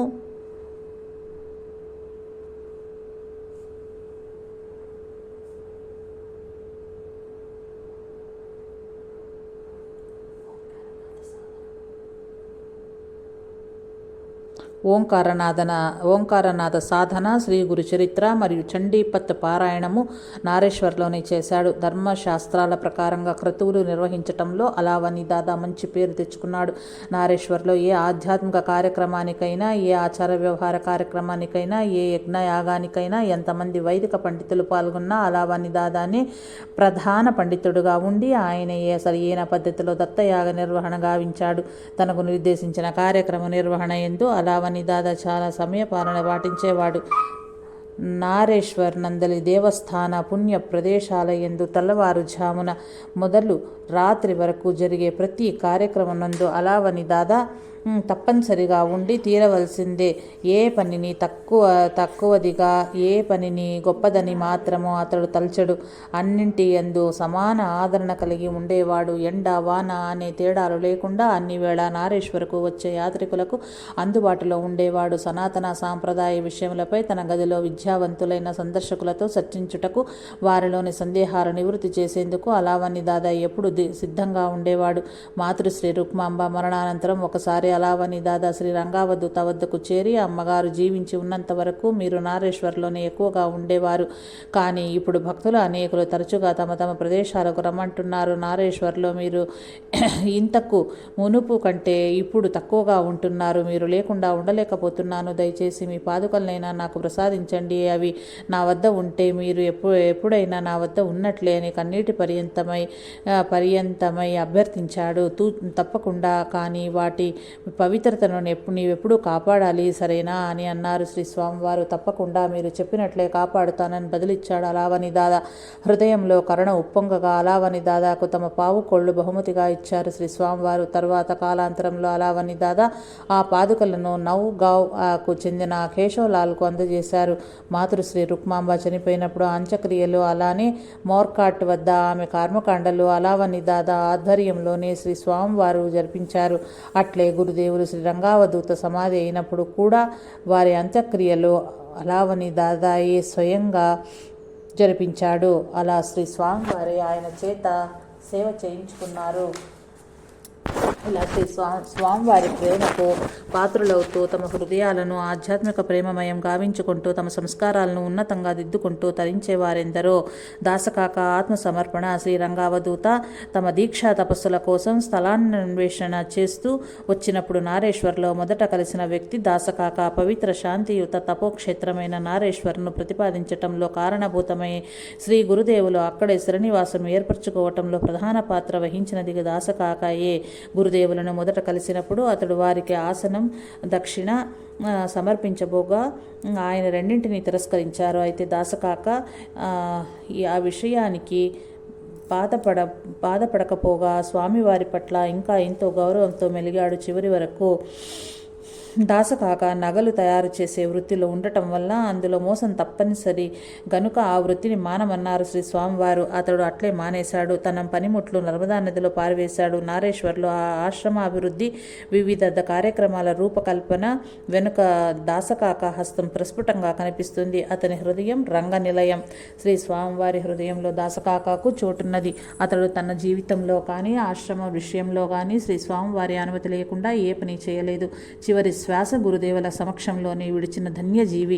పరిమళించిన అత్తరు సువాసన. ఒకసారి పోరు పట్టణంలో 48వ శ్రీరంగ జయంతి ఉత్సవాలు జరుగుచున్నాయి. అక్కడి స్థానిక భక్తులు ఆ ఉత్సవం శ్రీ రంగావధూత సమక్షంలో జరుపుకునేందుకు ఆయన అనుమతిలో ఏర్పాట్లు చేస్తున్నారు. నారేశ్వరం నుండి ఇటోలా మీదుగా పోరు పట్టణానికి ఊరేగింపుగా శ్రీ స్వామివారిని తీసుకెళ్లేందుకు ప్రణాళిక సిద్ధమైంది. శ్రీ స్వామివారి ఇటోలా గ్రామం మీదుగా వెళ్తున్నారన్న విషయం అక్కడి స్థానిక ముస్తాఫా అని ఒక వయస్సు మళ్ళిన ముస్లిం వ్యక్తికి తెలిసింది. అతడు అత్తరు దుకాణం నడుపుతుండేవాడు. శ్రీ స్వామివారిని ఆహ్వానిస్తూ సాగే ఊరేగింపు ఇటలాలో తన దుకాణం మీదుగా వెళ్తుందని తెలిసాక అతడి ఆనందానికి హద్దులు లేవు. శ్రీరంగావధూత ఏ పల్లెకొచ్చినా ఊరంతటికీ అది ఉత్సవమే. ప్రతి ఒక్కరూ తమ తమ భక్తి ప్రపత్తులతో శ్రీ స్వామివారిని సేవించుకుంటుంటారు. గురుదేవులను ఎలా సేవించుకోవాలనే ఆలోచనలు ముస్తఫా మస్తిష్కంలో చెలరేగుతున్నాయి. కేవలం పూలమాల వేసి సత్కరిద్దామా, లేక వారికి వస్త్రాన్ని బహుకరించి ఆదరిద్దామా, లేకపోతే వారికి టెంకాయ మరియు పళ్ళు సమర్పిద్దామా? ఇలా ముస్తాఫా తీరిక లేకుండా ఆలోచనలు చేస్తూనే ఉన్నాడు. ఎట్టకేడకు శ్రీరంగ శరీరానికి సుగంధ లేపనం సెంటు పూయటం ద్వారా వారిని గౌరవించాలని ముస్తాఫా నిర్ణయించుకున్నాడు. ఆ రోజు రానే వచ్చింది. శ్రీ స్వామివారిని నారేశ్వర్ నుండి పోరు పట్టణానికి తీసుకెళ్తున్నారు. ఊరేగింపు ఇటోలాకు చేరుకున్నది. పూలమాలలు వేసేవారు వేస్తున్నారు, పన్నీరు చల్లేవారు చల్లుతున్నారు. రంగులమయంగా ఊరేగింపు తన దుకాణపు సమీపానికి వచ్చేసరికి అత్తరు సీసా చేతిలో పట్టుకుని ముస్తాఫా ఎంతో ఉత్సాహంగా దుకాణం నుండి కిందకు దుమికాడు. ఊరేగింపులోని జనాన్ని తోసుకుంటూ గురుదేవుల వద్దకు వెళ్లాలని విశ్వప్రయత్నం చేశాడు. కానీ ముసలివాడవటం వల్ల అతని ప్రయత్నం విఫలమై జనాల చేత చివరకు తోయబడ్డాడు. శ్రీ స్వామివారి దగ్గరకు పోలేక, వారికి అభిమానంగా పూసి ఇద్దామనుకున్న అత్తరు పుయ్యలేక, ఇవ్వలేక వారిని చూస్తూ మిన్నకుండిపోయాడు. అతడు శ్రీ స్వామివారి దుకాణం ముందు నుండే ఊరేగింపుగా వెళ్ళాడు. ముస్తాఫా ఉసూరుమంటూ దుకాణంలోకి వచ్చి కూర్చున్నాడు. శ్రీ స్వామివారికి తాను చేయాలనుకున్న సేవ జరగకపోవటంతో ముస్తాఫా మనసు వెల్తిగా ఉంది. రాత్రి నిద్రకు ముందు కూడా అదే కోరిక వెంపర్లాడుతోంది. ఆ రాత్రి స్వప్నం వచ్చింది. స్వప్నంలో శ్రీ స్వామివారు కనిపించారు. ఆయన ముస్తాఫాను తన దగ్గరకు రమ్మని పిలిచారు. అత్తరు చూపమన్నారు. అది తన శరీరానికి అలదమన్నారు. అతడు అలాగే చేశాడు. ఆ స్థలమంతా అపూర్వమైన పరిమళం నిండింది. కళ పూర్తయింది. ఉదయం మెలకు వచ్చింది. కళ గుర్తొచ్చింది. వెళ్ళి బీరువాలో చూస్తే శ్రీ స్వామివారికి పోయాలనుకున్న అత్తర్ సీసా ఒక్కటే ఖాళీగా ఉంది. మిగిలిన వాటిలో వేరే అత్తర్లున్నాయి. అతడికి ఆశ్చర్యం కలిగింది. కాలకృత్యాలు తీర్చుకుంటున్నా అదే ధ్యాస. కళ నిజమా అని, భ్రమ, సంశయమా అని ఆ ఖాళీ అత్తరు సీసా బొడ్లో దాచుకుని వడివడిగా శ్రీ స్వామివారి వేయించేసిన గ్రామానికి చేరుకుని శ్రీ స్వామివారి విడిది చేసి ఉన్న ఇంటికి చేరాడతడు. అప్పుడే అక్కడి సేవకులు, భక్తులు గుసగుసలాడుకుంటున్నారు. గురుదేవుల వద్ద నుండి ఎన్నడూ లేని విధంగా అమోఘ పరిమళం వెదజల్లుతోంది. ఏమిటా అని, ఆ అత్తరు ఎవరు తెచ్చారా అని. అందరితో పాటు ముస్తాఫా కూడా వరుసలో నిలబడ్డాడు. శ్రీ స్వామివారి దర్శనాశిస్సుల కోసం అతడు వంతు వచ్చి శ్రీ స్వామివారి ఎదుటకు చేరి సాష్టాంగ నమస్కారం చేసుకుని నిల్చున్నాడు. అప్పుడు శ్రీ స్వామివారు నవ్వుతూ అతడికి అందరికీ చూపుతూ, ఇతనికి తెలుసు అన్నారు. ముస్తాఫా తన వద్దనున్న ఖాళీ అత్తరు సీసా అందరికీ వాసన చూపాడు. అదే వాసన అంటూ అందరూ గుర్తుపట్టారు. ఈ విచిత్రమేమిటో వివరంగా చెప్పమని కోరారు. శ్రీ స్వామివారు తమ ఊరు మీదుగా ఊరేగింపుగా వెళ్ళటం, అప్పుడు వారికి తాను అత్తరు అలదుదామని అనుకోవటం, ఆ కోరిక విఫలమవటం, తన ఎంతో కలతగా ఆ రోజంతా గడవటం, రాత్రి కలలో శ్రీ స్వామివారు తనకు తానే అడిగి అత్తరు పూయించుకోవటం, నిద్రలేచి చూస్తే అత్తరు ఉన్న సీసా ఖాళీగా కనిపించటం, అంతా పూసగుచ్చినట్టు చెప్పి ఆనంద బాష్పాలతో నిలబడిపోయాడు. శ్రీ స్వామివారు చిరునవ్వు చిందిస్తూ ఆ భక్తుడిని అనుగ్రహపూరితంగా చూస్తూ ఉన్నారు. ఎట్టి పక్షపాతం చూపించకుండా తన సేవను స్వీకరించిన తనను ధన్యుణ్ణి చేశారంటూ అతడు మళ్ళీ శ్రీ స్వామివారికి హృదయపూర్వకంగా కృతజ్ఞతలు అర్పించుకున్నాడు. శ్రీ స్వామివారి ప్రేమ పరిమళానికి జాతి, కుల, మత విచక్షణ లేదు. అందరినీ కరుణతో చుట్టుముట్టడం దానికి పరిపాటే. కానీ కల ఏది, నిజమేది అన్న వివక్ష సంగతేమిటి? జాగ్రత్త, స్వప్న, సుషుప్త మధ్య తేడా ఎక్కడ జరిగింది? శ్రీ స్వామివారి ఏదో ఒక స్థితిలో మాత్రమే ఉన్నారనుకోవటం మన మూర్ఖత్వమే. అయినా ముస్లిం సోదరుని ఏ స్థితుల మధ్య ఊగిసలాడించారో వారికే ఎరుక. పిల్లల మధ్య వదలండి. పిల్లలంటే శ్రీరంగావధూతలకు ఎంతో ప్రేమ. విద్యార్థులంటే వారికి ఎక్కడ లేని వాత్సల్యం. ఒకసారి శ్రీ స్వామివారికి అనారోగ్యం సంభవించింది. అప్పుడు నా ఆరోగ్యం గురించి భయపడవద్దు, పిల్లల మధ్య నన్ను వదలండి, పెద్దలెవరూ మా మధ్య జోక్యం చేసుకోవద్దు, అప్పుడు చూడండి నా ఆరోగ్యం ఎంత చక్కబడుతుందో అనేవారు. అసలైన మానవత్వంతో అలరారే సమాజం తయారవటానికి పిల్లలే మూల స్తంభాలు అని అనేవారు. శ్రీ స్వామివారు శరీరం, మనస్సు, మేధస్సు అన్నవి వ్యక్తి వికాసానికి ఆధారాలు. ఇవి కలిసి వికసిస్తే ఆ సమాజం నిజమైన మానవత్వంతో అలరారుతుందనేవారు శ్రీ స్వామివారు. ఆఫ్రికాలో శ్రీరంగ సౌరభాలు నడియాదులో గ్లోబ్ థియేటర్ చాలా ప్రసిద్ధం. దాని యజమాని శ్రీ మణిభాయ్ పటేల్. ఆయన ఆఫ్రికాలో నివాసం ఏర్పరచుకున్నారు. ఆయన శ్రీ రంగావధూతను దర్శించిన పలుమార్లు వారిని ఆఫ్రికా దేశం రమ్మని ఆహ్వానించి ఉన్నారు. శ్రీ స్వామివారు ఆయన ఆహ్వానాన్ని అంగీకరించారు. రోజులు గడిచిపోయాయి. మణిభాయ్ కాలం చేశారు. ఆయన భార్య కాశీబెన్ గురుదేవులను దర్శించి ఆఫ్రికా వస్తానని ఆయన ఇచ్చిన మాటను గుర్తు చేసింది. ఏనుగు దంతాలైనా వెనక్కు వెళ్తాయేమో గాని మహాత్ముల మాట తప్పరు కదా. శ్రీరంగావధూత ఆఫ్రికా ఖండం వెళ్లారు. కానీ అంతకంటే ముందు 1958 అక్టోబర్ మాసంలో శ్రీ స్వామివారి పాదుకలు ఆఫ్రికా ఖండానికి చేరుకుని పూజలు అందుకుంటుండటం విశేషం. ఆఫ్రికాలోని కంపాలా దేశంలో శ్రీ దత్త జయంతి ఘనంగా జరిగింది. కంపాలా, ఉగాండా, కెన్యా, జాంబియా, రొడేషియా మొదలైన దేశాలలో పర్యటించి భక్తులను కరుణించారు గురుదేవులు. అక్కడి జాంబియా టైమ్స్ పత్రికా విలేకరి తన అభిప్రాయం రాస్తూ, ఒక హిందూ ప్రచారకులెవరో వచ్చారని నేను వెళ్ళాను. అక్కడ శ్రీ రంగావధూతతో గడిపిన కొద్ది సమయంలో నాకు ఆయన ప్రవక్త అనిపించారు అని తెలిపారు. ఒక యూరోపియన్ నేను ఆయనతో మాట్లాడుతున్నంతసేపు నా కళ్ళల్లో నీరు ఊబికి వస్తూనే ఉంది అన్నాడు. అంతకుముందు ఒక ఆఫ్రికన్ స్త్రీ భారతదేశం రావాలని సిద్ధమైంది. కానీ ఒంటరిగా ప్రయాణించడానికి తీవ్రంగా భయపడి మరొకసారి వాయిదా వేసుకుంది. తర్వాత ఆఫ్రికాలోనే ఉన్న శ్రీ స్వామివారిని కలిసింది ఆవిడ. తన భయం వెలిబుచ్చింది. శ్రీ స్వామివారు తమ ఫోటో ఆవిడకిచ్చి, ఇప్పుడు నీవు ఒంటరిగా వెళ్ళటం లేదు, భగవంతుడు నీకు తోడుగా వస్తున్నాడు. నీవు భగవంతుడిని చూడలేదేమో, కానీ నేను ఆయన దర్శించాను, నేను నీతోనే ఉన్నానని చెప్పగానే ఆమెకు భయం మటుమాయమైంది. ఇక్కడ శ్రీ గురుదేవుల మాటల్లో ఆయన స్థితి ఏమిటో మరొక్కసారి స్పష్టమవుతున్నది. సాక్షాత్ భగవతత్వమే ఆయన. పలు పరదేశీయుల వలె ఆఫ్రికన్లు కూడా భారతదేశ స్వామీజీల గురించి ఒకే అభిప్రాయం కలిగి ఉండేవారు. అదేమిటంటే భారతదేశ స్వాములు, గురువులు తమ ధనాన్ని కొల్లగొట్టేందుకే వస్తారన్నది వారి అభిప్రాయం. కానీ శ్రీరంగావధూత అక్కడి వారికే ఎంతో ఇచ్చారు. అక్కడి వారికి ఎందరికో పాదరక్షలు పంచిపెట్టారు కూడా. ఆఫ్రికన్ పత్రికలు శ్రీ స్వామి వారిని కొనియాడుతూ వ్యాసాలు ప్రచురించాయి. ఎన్నో సంఘాలు ఆయనకు అడుగకనే ప్రశంసా పత్రాలు అర్పించాయి. వాటిపై ఆయనకు ఇచ్చలేదు. ఒకరికి శ్రీరంగావధూతలో సెయింట్ పాల్ దర్శనమైంది. మరొకరు ప్రేమగా తన జేబు రుమాలు చూపి, బాప్జీ, దీనిని మీరు స్పర్శించండి. మీ వద్దకు రాలేకపోయినా మా వారందరికీ జేబు రుమాలు తాకించుతాను. వారికి మీ దివ్య స్పర్శ అనుభవం అవుతుంది అని సజల నయనాలతో అడిగాడు. ఆ విన్నపాన్ని అంగీకరించి అతడికి సంతృప్తిపరిచారు శ్రీ స్వామివారు. ఆఫ్రికాలోని విద్యార్థులను ఉద్దేశించి శ్రీ రంగావధూత చక్కటి ఉద్బోధకరమైన ఉపన్యాసం ఇచ్చారు. అందులో ముఖ్యమైన మాటలు: మనిషి తన జీవితంలో విద్యాదశలో అంటే కౌమారంలో విజ్ఞానం సముపార్జించకపోయినా, యవ్వనములో సంపదను ఆర్జించకపోయినా, సచ్చీలతను నింపుకోకపోయినా, ఎటువంటి మంచి పనులు చేయకపోయినా అతడి జీవితానికి ప్రయోజనం ఏముంటుంది? సైద్ధాంతికమైన పునాది ఏర్పరచుకునేందుకు విద్య ఎందు గట్టి కృషి చేయాలని విద్యార్థులకు సలహా ఇచ్చారు శ్రీ స్వామివారు. అప్పటికప్పుడు హృదయంలో పెళ్ళుబిగిన పాటను తాము పాడుతూ ఆ విద్యార్థుల చేత కూడా పాడించారు. దేవా, ప్రేమమయ, ఇది ఏది ఆ రోజును ఉదయింప చెయ్యవా? అంతటా నీ రూపకాంతులు తళుకులి నేలా, నా హృదయమందలి నీవే అంతటి కదలి చూచేలా నిలిచేలా ఆ రోజును ఉదయింప చెయ్యవా అంటూ సాగుతోంది ఆ పాట.